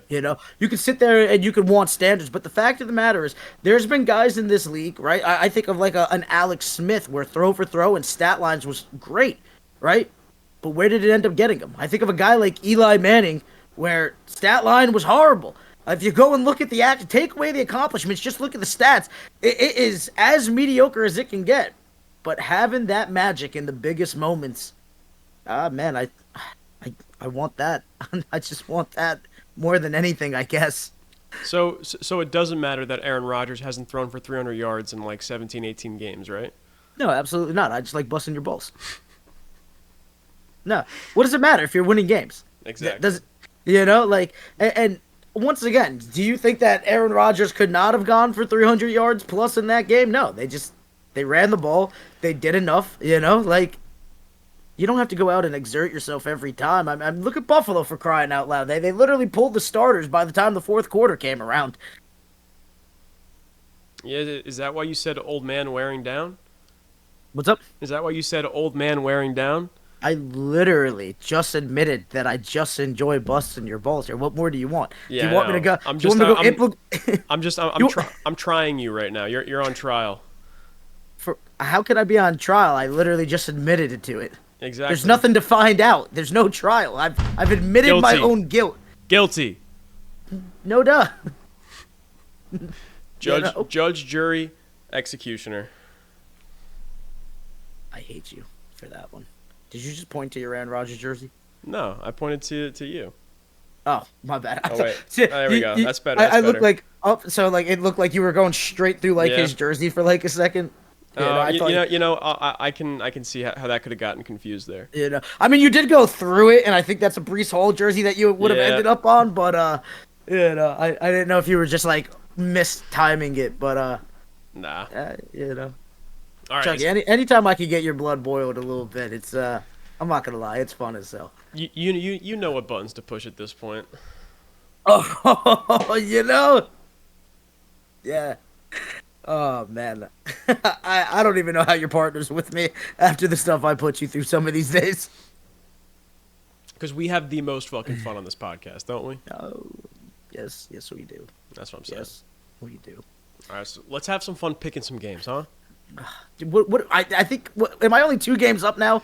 Yeah, I cut the deficit last week. I went 11-5. You went 10-6. So now I'll take a 10-6 all day. So now you're only up 2 games on me, and I'm hoping to pick some more up this week coming up because there are some close ones. I could see us going either way on a lot of them. But kicking things off, Thursday Night Football, we have once again TNF returning to MetLife Stadium. The Dallas Cowboys going to be playing the New York Giants. And for me, this is an easy Dallas win. I think they're going to be so pissed off coming off the back-to-back home losses. And it's, like I said earlier, they're just it's beat up on little brother time. You know what I'm saying? If they lose this game, I'm going to be honest. You might need to contact my family because I probably have just been locked up in my room crying for the next couple of days. Cowboys all the way, man. Yeah, I wouldn't sweat this one too much. I think the Giants are going to be coming off a win. They're going to be feeling good. And boom, here come the Cowboys. Shut down one wide receiver, you take away their entire game plan. That's all I'm saying. Exactly. Easier said than done, though. Easier said than done, but that is how you're going to beat the Giants this year. Yep. All right. 1 o'clock slate. We have the Denver Broncos coming to MetLife Stadium to play the Jets. Jets are a touchdown favorite over the Broncos coming off their big win in Tampa Bay. That's another. I think you and I are both going Jets here. Yeah, I don't know how it's only a touchdown, to be honest with you. I mean, yes, they won a game against Tampa, but like to only be I got -7.5 right now on the Bleacher Report app, but I think the Jets are gonna win that by more than 7.5, my friend. Yeah, I think Robert Saleh and Jeff Ulbrich are gonna throw just about everything they can at Bo Nix to try and mess him up. So yeah, and underrated storyline, Zach Wilson's return to MetLife Stadium as well as quarterback 3 for the Broncos, but that's besides the point. Underrated star. I wish he was the starter. I wish he would go. I'm not even gonna lie to you, right? Like just full transparency, the way that they did that kid dirty, right? How many times do I gotta say that they should not have drafted him that high? How many times do I have to say that they really did not do much for him? Yes, he did have Garrett Wilson. Yes, he did have Breece Hall, but that offensive line was horrendous. And you know who's honestly the most underrated player on the Jets' entire organization? Elijah Vera Tucker. He's played some great football. that guy has played not only some great football this season, being a part of a really good offensive line unit, the way that guy has played just about every damn position on the offensive line for the Jets is absolutely stellar, right? I'm pretty sure you guys were like bouncing around between guard. I think he had a little tackle action and center action. He never played center, but he played all 4 positions on the offensive line so far throughout his tenure with the Jets. Although that's the problem, though, is the Jets think that's what's gotten him injured so much. Is he's had season-ending injuries the last 2 years, knocking on wood for this year, and it's because they've moved him around so much. Right now he's at right guard, and that's where they want him to stay. His first 2 years with the Jets, they played him at right tackle. They played him at left tackle, for God's sake. They played him at left guard. He's got to stay in one position and lock it down, because if he can stay in one position and focus on that, he could be an all-pro. That's the kind of potential he has. But he's got to stay healthy, and he's got to stay in one spot on the offensive line. Yeah, but going back to the Zach Wilson spot, you're right on the money there, buddy. I would have loved more than anything for that kid to get the starting job and just take the hits for the Broncos, and that one magical game be against the Jets at MetLife Stadium. Because that is poetic justice. Not going to happen, but it would have been. Not going to happen is right. You know what would be, I'm just saying, them blitz packages get to Bo Nix. He nothing major, but got to come out for a little bit. Zach Wilson comes on in there and just wins the game. I mean, I'm not gonna lie. I would be lying if I said I wouldn't be rooting for that. The only problem is Jared Stidham would be the one that enters the game. I was just gonna say that we don't root for injuries here at the Mazz and Bad Show. No, we do not. Never. But even if Bo Nix, in the off chance he did get hurt, it would be Jared Stidham, unfortunately, and not Zach Wilson. But regardless. Anyway, we both got the Jets. Moving on. This is the first real head scratcher, and I want to hear what you have to say first. The 3-0 Minnesota Vikings head into Green Bay to take on the 1-2 Packers. Looking like it's going to be Jordan Love's return to the starting spot after his injury week 1 against the Eagles. But the Packers are favored here, 2.5 points at home. Yeah, I know why you want me to go first, because you're trying to gain that little switch up on me. I've already got my pick. Listen. I'm writing it down now, just so you don't think I'm switching up just to get one on you. Yes, Jordan Love's coming back. Yes, Matt LaFleur has got that offense looking decent with Malik Willis. Yes, Green Bay, by all measures, probably should be the better team. But you know what? Sam Darnold has just been balling out. I don't know if I've been impressed by another quarterback through week 3. Of course, Josh Allen against the Jaguars has made the case for being the best quarterback in the league right this second. But Sam Darnold was holding the crown for the first 2 weeks, I think, just for the sole fact of we all thought he was going to be nothing. And here it is. I'm making it work. I'm getting it done, and I'm figuring it out. It is hard to go into Lambeau, but you know what? It's also hard to play the damn 49ers, even though you're beating them at home every time that you played since 92, but that is still a defensive unit, and Sam Darnold did work against it. Sam Darnold just played the Texans and did work against it. I think Sam Darnold and the Vikings have me as I don't want to say a believer in terms of anything is possible, but they have me a believer for this week again, because I didn't believe them any other week. So I will have right now my faith in Sam Darnold, and if it bites me in the ass, then so be it, because I want to live in blissful ignorance right now. I'm with you. I'm picking the Vikings, and I was going to pick the Vikings whether or not you said you were, and it's not even just because of Sam Darnold. It's the coaching staff for the Vikings has been phenomenal so far this year. Brian Flores is cooking on defense. His blitz packages, his disguises are out of this world. He had C.J. Stroud throwing fits on the sideline on Sunday. It was really something to see. I'm riding with the Vikings as well. Jordan Love's first game back. He's probably going to have some rust to shake off. I mean, he's going to be protecting that bad knee. I don't understand how Green Bay's favored in this game. Minnesota is the hottest team in football right now, 100%. And yeah. I think they're going to march into Lambeau on Sunday and beat the Packers. Yeah, I think it's going to be a close game, though. I'd see this, Yeah. I wouldn't be surprised if this ended up being like 30-27. Yeah, so it's going to be a high-scoring affair, and it's going to come down to the wire. That's for damn sure. Yeah, but I think they have enough to get. Have I talked to you about how much I love Brian Flores? Yeah. I think you spent like 5 minutes on it last week. How much? How much do you think he got screwed? Which he did. Yeah, no, he absolutely did. I mean, that's a guy I want to see get a head coaching job again. I'm Brian Flores' guy. Yeah. I just wanted to make sure that we touched on that. God, need that out there. I need my receipts. Yeah. Oh, don't worry, you got the receipts. All right, next up, the Steelers are headed to Indianapolis to take on the Colts. Steelers 2-point favorites on the road, the undefeated road favorites. Mazz, who you got? I would love to tell you that the guy that I think is going to be the best quarterback out of his draft class is going to do work, and I still think he's going to do work. I think that Jonathan Taylor's going to have a decent day, but I do think that the pressure is just going to be too much coming. I think the Steelers edge out another win. Man, maybe I don't think we're going to have as many differing picks as I thought we were, because this one is another easy Pittsburgh for me. It's not even the offense for me. I just think the Steelers' defense is gonna run laps around Anthony Richardson. I think we talked about this last week. Richardson is he's a fantastic talent, but he's still so raw. he can hit those home run throws, but he still struggles with the intermediate stuff. You know what I mean? So I'm still taking the Steelers here. I think the offense will do just enough to score enough points, and the Steelers defense is going to do its job to shut down that offense. You know what the best thing about having the game advantage on you? Huh. This happened with me versus Ant in years past. Me versus the entire panel of Ant and Mazz back in the day. The year that I won it. It's just I can literally choose the games that I want. I don't have to take any risks. And it's just a nice feeling to go with. If I go down with who I want. I don't have to, choose a swing game just because I just need to gain ground real quick. Now, you don't have to do that yet because it's only 2 games. It's only week 3. But, I'm just saying, at some point, if I keep up this pace, you are going to have to take a swing game that you might not want to just to go against me. And I like being in this power. Well, sure, I guess, but like you said, it's week 4. I have like 10 weeks to go before I can really start stressing. You know what I mean? Yeah, for sure. But I just pile these up, buddy.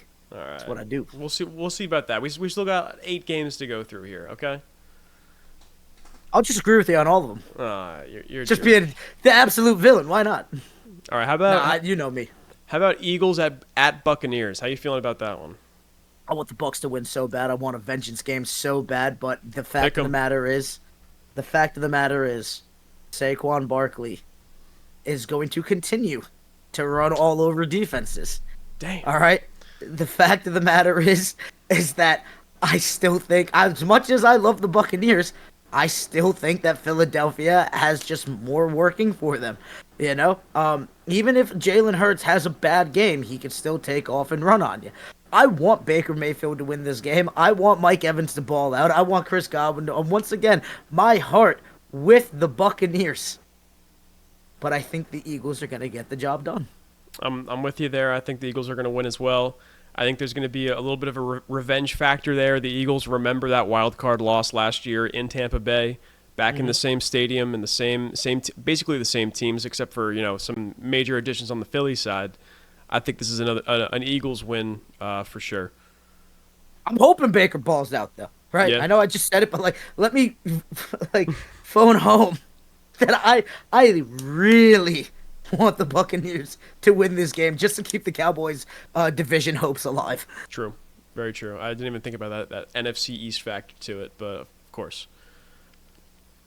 If I'm not mistaken, the Commanders are in first place in the NFC East right now. I think they're 2-1. Yeah. They beat the Giants.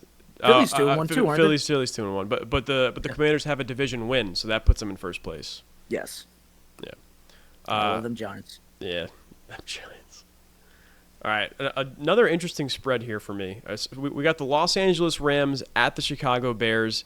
Bears favored by 2.5 points. Right? I think this is an easy Rams, right? I think I'm with the Rams right now. Yeah, Caleb Williams threw his first touchdown pass. Yes, they learned how to use Cole Kmet, who I will probably be starting this week in fantasy, just hoping that something catches for me. But yeah, no, I mean, I think I gotta go with Matt Stafford. I mean, come on, took it to the 49ers. Yeah, how can you not take that? I don't know. I don't know how you don't take that. So we're both on the Rams train here. This one might have a split. Okay, Saints at Falcons. I'll go first on this one. Give me the Falcons. Give me the dirty birds in Atlanta. Are you with me? I am actually with you, to be honest man. with you. I'm so sorry. Listen, I know Matt Boucher is going to be calling BS on us, but it is at the Falcons, right? And they've been playing tough opponents, even though they've been, 1-2 right now. But, dude, come on. I mean, they played the Eagles, and the only reason why they got that win is because the Eagles called the wrong play at a crucial moment, and they had a window and made the most of it. The fact that they can do that is what tells me that I should have more faith in the Falcons than I had coming into this season. Okay? They hung in there with the Eagles and won. They hung in there with the Chiefs. Each week it seems like it's just been a tough matchup. The Saints had a dominating win against the Cowboys, went to war with the Eagles, and I think that war probably took a little bit out of them.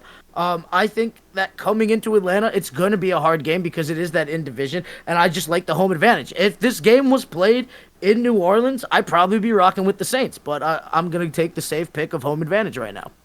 Yeah, I feel the same way. Atlanta just feels a bit more battle-tested in that sense, where they've played these contending teams. Not that the Saints haven't. It just kind of seems like for the first 3 weeks of the season, the Saints, or first 2 weeks at least, they were just kind of, just collecting, the reading their press clippings. They were kind of feeling themselves. Got knocked in the teeth a little bit by the Eagles, and then here comes a tough divisional opponent. I'm always gonna err on the side of the home team. Especially with how close these teams seem to be in terms of talent. All right.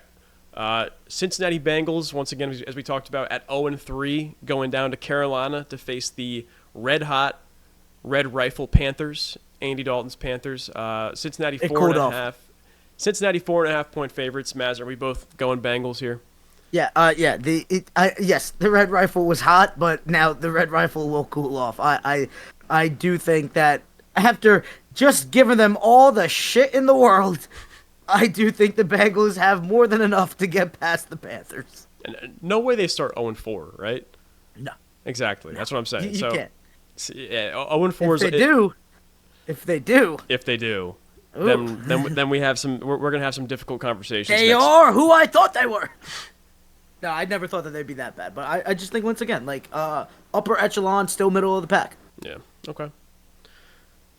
Speaking of upper echelon, still middle of the pack, Jacksonville Jaguars at Houston Texans. Oh, I was going to say. Not Jaguars, no. Jaguars are not middle of the pack, buddy. But the Houston Texans, though, on the other hand. Yeah, where's that game being played? In Houston. Yeah, give me Houston. Yeah, that's an easy Texans pick. I do think that the Jaguars are going to be desperate as all hell. You might even see just a bag dumped out just to, hey, we're trying. We're really trying, but yeah, I think Houston should win that one. Through the first 9 games, we are in lockstep, Mazz. We have not picked a single differentiating team winning one way or another.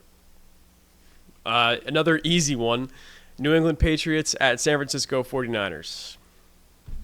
Do we even have to talk about this one? I mean, it's the biggest spread of the weekend. The Niners You're are taking 49ers, right? Yeah, of course. Okay. The Niners are 10-point favorites at home. It's the biggest spread, I think, of the season so far. I mean, listen, that New England defense is pretty good, but it's their offense is nowhere near. Even with the injuries, I still have more faith with the Niners. So that's the problem. Is the Pats defense will probably do what they can for the first drive or two. But they're just going to get tired because the Pats offense is going to go 3 and out. You know what I mean? It's going to be tough. Yep. Yeah. Commanders, the Red Hot Commanders at the Arizona Cardinals. Cardinals 3.5 point favorites. I love this game so much. This is the game to watch for me. Yeah. For the week, this is the game to watch for me because I think these teams are so similar. You got 2 red hot quarterbacks, 2 favorite weapons. Coming after, I think this just comes down to defense, honestly. And I think I like the Commanders' defense just a little bit better. But, dude, it's just hard for me to go against Kyler Murray right now. Me too. I can see the Commanders winning, right? I can see their defense making more plays than Arizona's defense.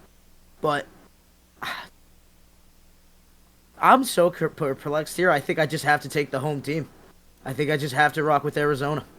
I'm also rocking with Arizona. I think this is going to be the best game of the week, 100%. Really? Yeah, I think they're the same. They're the same guys. It is the same guy. It's just that one is a little more tested. I don't want to say battle tested, just playing in the league wrong. But here's the thing, though, right? I mean, Cliff Kingsbury might know some Cliff Kingsbury revenge game. Maybe. Possible. But I think I have to go with the Cardinals. I'm rocking with the Cardinals as well. Just as, like you said, as the home team, just the way that I know they just coming off a loss to the Lions, but they're still playing at a high level right now, I feel. Yeah. So that's another lockstep pick, Cardinals. Kansas City Chiefs at Los Angeles Chargers. Justin Herbert still dealing with a sprained ankle. He might not even play. Chiefs. I don't even know who's on the defense, apparently, because I thought Derwin James, I forgot his name, was on the damn Rams. And so, yeah, way to go, Mazz, looking like a rookie there, but I'll hold myself accountable. But, yeah, give me the Chiefs. Okay, these next four, the last 4 games of the Week 4 slate, I just know there's going to be differentiating picks, okay? Yep. So the last 4 o'clock game, Cleveland Browns at Las Vegas Raiders. To pick 'em, it's a 1-point spread in favor of Las Vegas. Dude, can the Browns be this bad for another week? Can they just continue to just stink it up?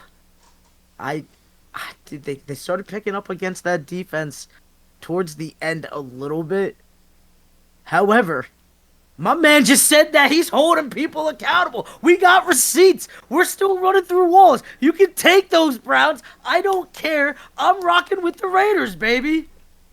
All right, finally, I'm rocking with the Browns, and I'll tell you why.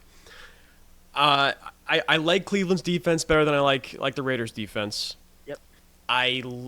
Honestly, I like the Browns' offense over the Raiders' offense. I know the Raiders have Devontae Adams. I know they have Brock Bowers. But I think the Browns are going to be able to play their style of football. They're going to be able to ground and pound on the Raiders.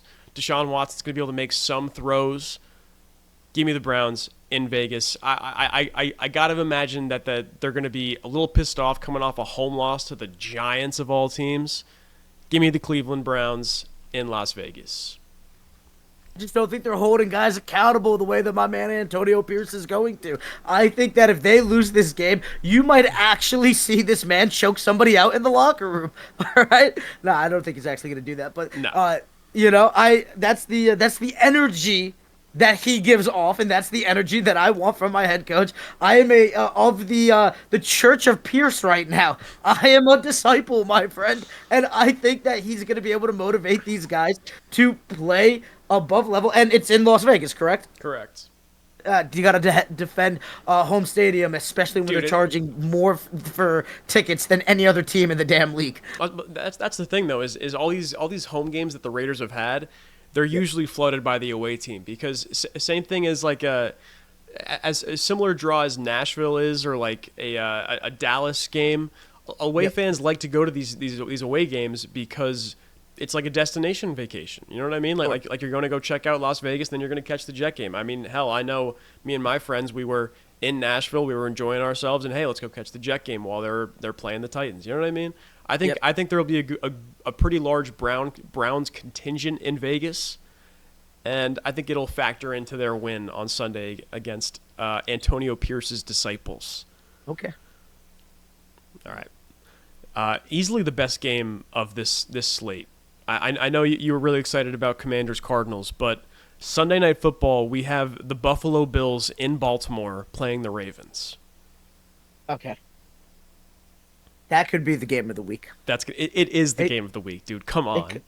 But the other two are the same guys. I understand that, but this is... You just got bigger names over here. They're not the same guys. They play the game completely differently. Minus the Chiefs, you could make the case that this is the cream of the crop in the AFC. No, you're right. Come on. No, you're right. I just think that when you have, you got twins going against each other, I think it's going to make for magic. But if you want marquee names and matchups, yeah, sure. Game of the week. I'm an idiot. I'm sorry. But well, you didn't know. You didn't know. Yeah. No. I just no, I knew. I knew that it was coming. Okay. I completely forgot that it was this week. I knew that it was coming up on it. I firmly believed it was the next week. But nonetheless, this is the one that all the money's gonna be on. I think all the eyes, the spectators, must see TV. Where's this game being played? Baltimore. It's in Baltimore. I already put my pick down. My hands are here.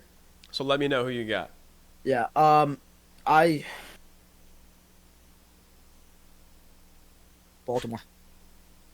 I'm with you. I got Baltimore. I'm with you. Yeah, Baltimore at home. Josh Allen's looked phenomenal, but I'm just thinking of strength of schedule and who they've played thus far, and the Bills mollywopped a Dolphins team. All right, absolutely dominated. Let them know who's your daddy when you come up to Buffalo when they played Jacksonville. And the first week, who the hell did they play? They had the Cardinals at home. Yeah, thank you. And I like the Cardinals, but, the weapon that was Maserati Marv, it was his first game with his quarterback. So, but look at who the Ravens have played. You just beat the Cowboys. You lost to the Chiefs in a game that you arguably could have won. I think Baltimore is more battle-tested. I think Josh Allen's going to continue to have highlight plays, but I do think that the way that they control the ball, right, with Derrick Henry, of course, talk about the Ravens, I think it's just going to be too much to handle, and I think even if you do somehow stop that, I'm not always worried about the passing game. I'm worried about Lamar Jackson Magic, who is just as good, a faster runner than Josh Allen. They both can take off, but two different styles of running, so you got to account for that. And I think Baltimore's going to be looking to clean some stuff up. The way I look at it, coaching staff's about the same level of talent, I guess you'd say. Defense is same level of talent. I like the Ravens offense more than I like the Bills offense. Mm-hmm. Quarterback, yeah, I'll game to game, I'll take Josh Allen, but Derrick Henry, Zay Flowers, Mark Andrews, Isaiah Likely, I like those guys over Buffalo's skill position players. And then the fact that Baltimore's at home, even if it was in Buffalo, I still might be taking the Ravens. I'll be honest with you. Yeah, once again, I think home field advantage definitely matters, but I just think that I think I have to believe that the Ravens are going to clean it up. They're still a team that I had all the faith in. The Buffalo Bills are giving me a reason to believe in them, and I know shout out my man Logan Brannigan, because if his Bills win, he's going to be talking that smack. If they win, my father's going to find some way to complain about them, because that's just what happens when you're a Bills fan, and you saw the 4 falls of Buffalo happen in a row in the 90s. So but yeah, I think Baltimore. But you know what? My heart's with Buffalo. Time out. Wait. I didn't know you were switching your pick there. No. My heart's with Buffalo, just like Tampa. My heart is with Buffalo, but my brain is with Baltimore. I was just about to ask you if did your pops have anything to complain about after last night's game? Yes, actually, what? He did. Are you ready for this? They won 47-10. Yeah, you want to know what he complained about? What? I waited all week for this. They just blow him out. I don't even get a chance to have the little excitement, a little expectation. He turned the game off in the third quarter. He started watching the other game. He goes, this is what I don't want to beat up on people. I want to beat them. I don't want to dominate them. I want to watch the game. I want to have some excitement, some expense. And what do? We just bullied him. Yeah, he found something to complain about.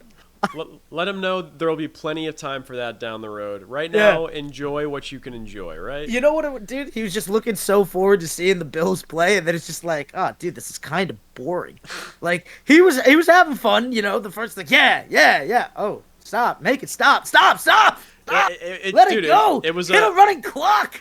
Forfeit the game. Stop. He's already dead. Literally, like, he calls me up, right? Because I wanted to watch the other game more, and I saw the writing on the wall. So I went up here, put on the split screen. He just stayed down watching Buffalo, and then ended up switching over. And he calls me up. He goes, "It's just not even fun." I go, "What's not fun?" It's like, I wanted to watch a game, not a link.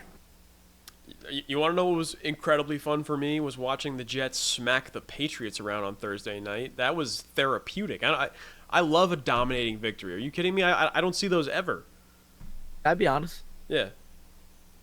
I'd rather win a close game than a dominant game. It just feels like it's more fun. It depends on the scenario. Look, I my favorite thing ever. Down by 6. Fourth quarter, 2 minutes on the clock, and you win with a field goal. That's it. That is what I love more than anything. Just executed plans more than anything. And I know, when does it ever really happen for the Cowboys? But that is my dream scenario. It's a hard-fought game, one where, your quarterback's just doing enough, and they have the chance, and they make the most of it at the end.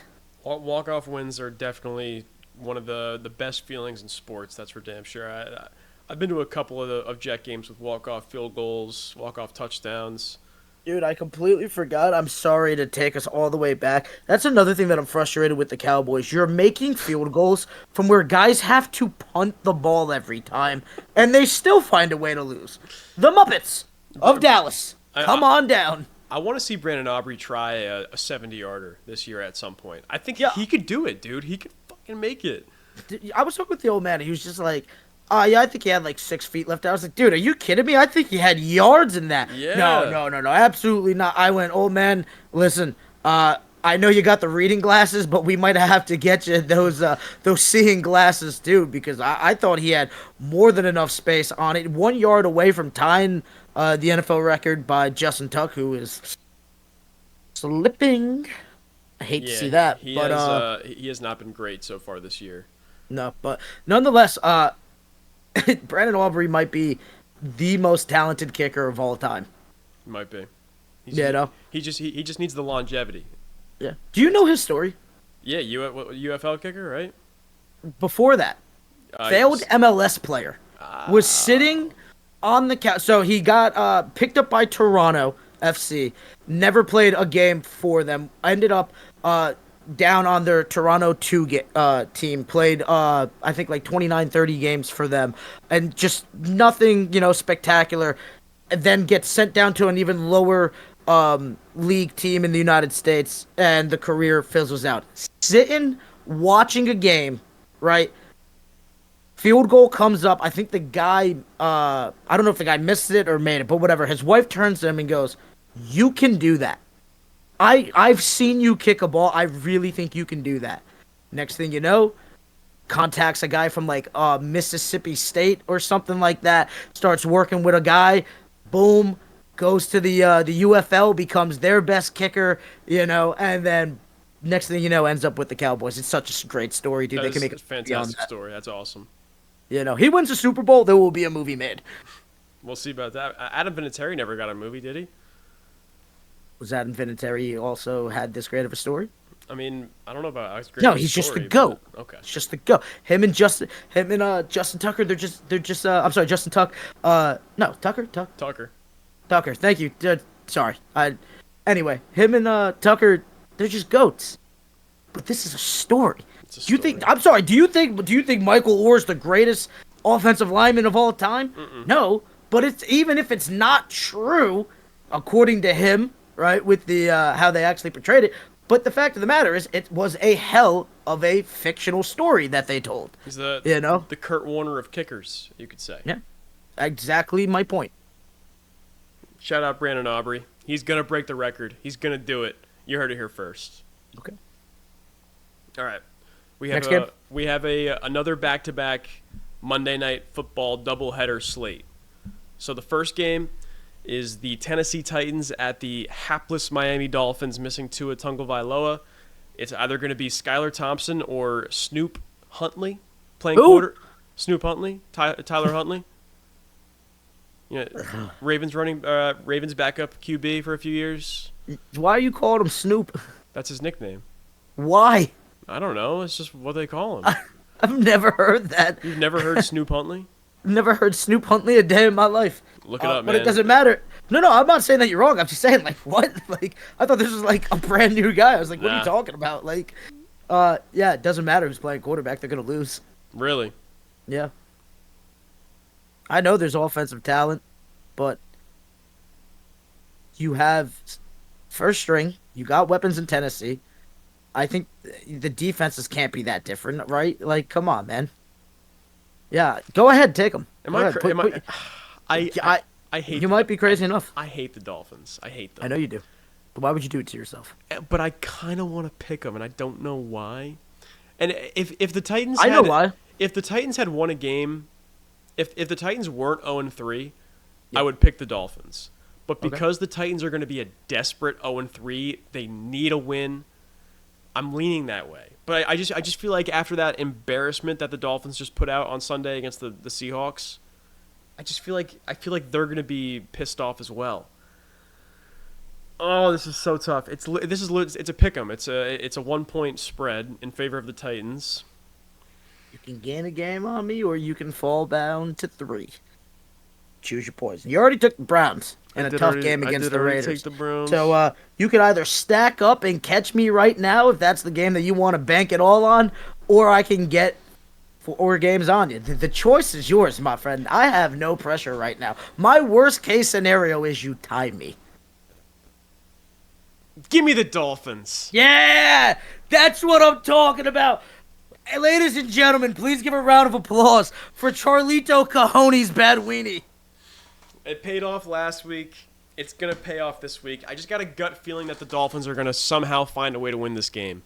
You don't even believe that. You want to believe that. No, I think there's a little bit of a revenge factor here, too. Do you remember the Monday night embarrassment from last season where the Dolphins blew a 2-touchdown lead in like the last 5 minutes of the game? Yeah. I think the Dolphins remember that. I think Mike McDaniel remembers that. Who was starting quarterback during that game? Tua cost him the game in the first place. He was throwing picks. Do you think Skylar Thompson's going to come in and play better than him, though? Nah, I think Tyler Huntley will, though. They should have made a phone call to Ryan Tannehill. They really should have. I don't know why they didn't. Whatever. I have no clue. All right, I'm going with the Miami Dolphins at home. You're going with the Titans? Yes. All right. And the last game of the Week 4 slate, the Seattle Seahawks in Detroit take on the Lions. Yeah, give me the Lions. Yeah, the Seahawks are 3-0, but I just think Detroit's a different type of team than what they've seen so far. Yeah, once again, you talk about being a disciple of Antonio Pierce. Dan Campbell's one of those guys too, and does it with a better team.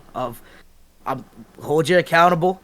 We're gonna run through walls. I'm a former player. I know what this is like, and you guys put your faith in me, and we were great last year. I'm asking for you to do it again, and I think I can take us back to a similar position, and maybe we might even make it farther than we did. You never know, because Philly's definitely better this year, but nonetheless, you can't count out Detroit, which is like insane, because my entire childhood, all I did was count out Detroit, but they have turned the page, they flipped the coin, what have you. I think especially they can't lose again at home, right? I mean, you let Tampa come in, they took advantage of you, I think that they can't let that happen again here. Yeah, no way.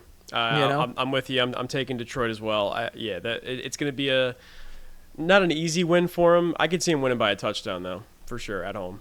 Yeah, listen. You got to give to Seattle though. I mean, 3-0 is no joke, but yeah, I just think with a rookie head coach as well.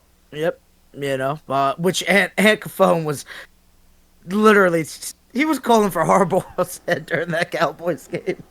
Why? Even though they won, I don't know, dude. He was just like saw something pop up with like Seattle. We should have never got rid of that guy. We should have made him the head coach.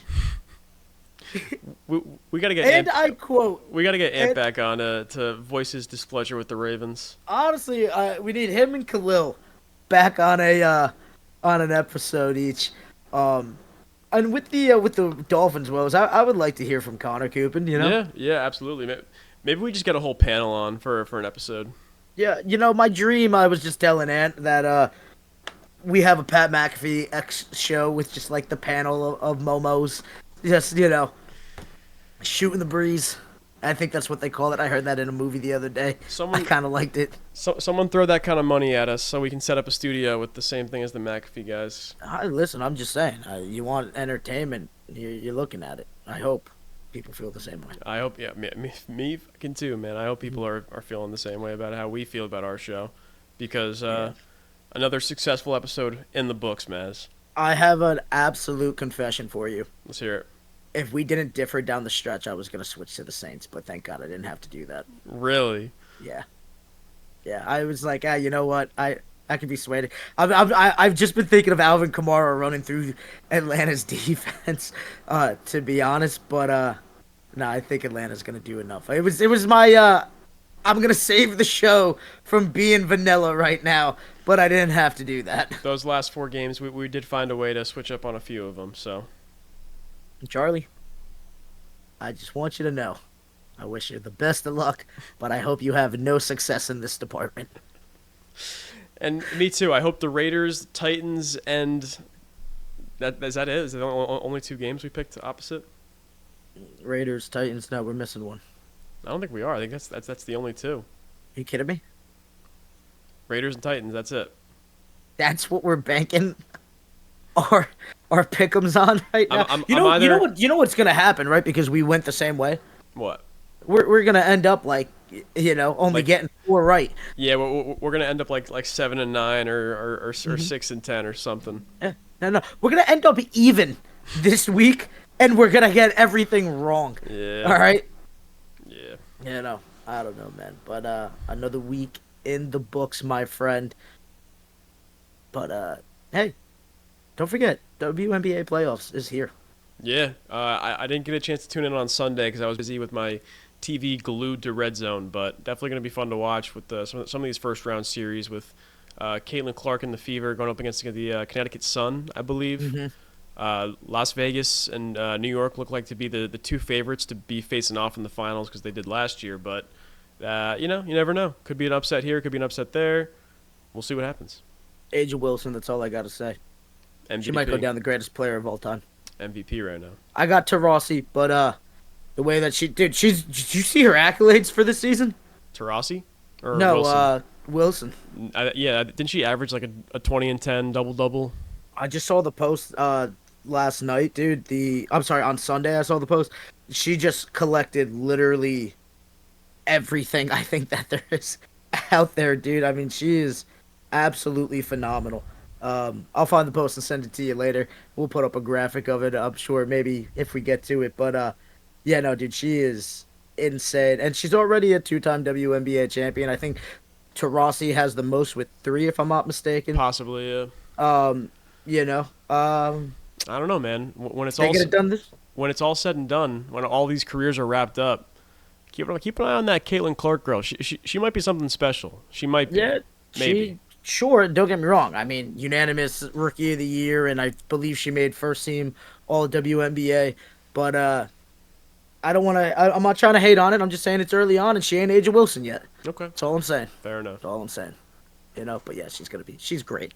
Not she's gonna be great. Like she's gonna be greater, but she's already great too. I mean, I love it though, man. All right, we outie. You outie? Yeah. I'm out. No, baseball playoffs. Baseball playoffs. Yeah. We gotta get Ant back on. Yeah, you're such a hater, bro. You have been listening to the Mazz and Bad Show with Brandon Marrazzo and Charlie Baduini.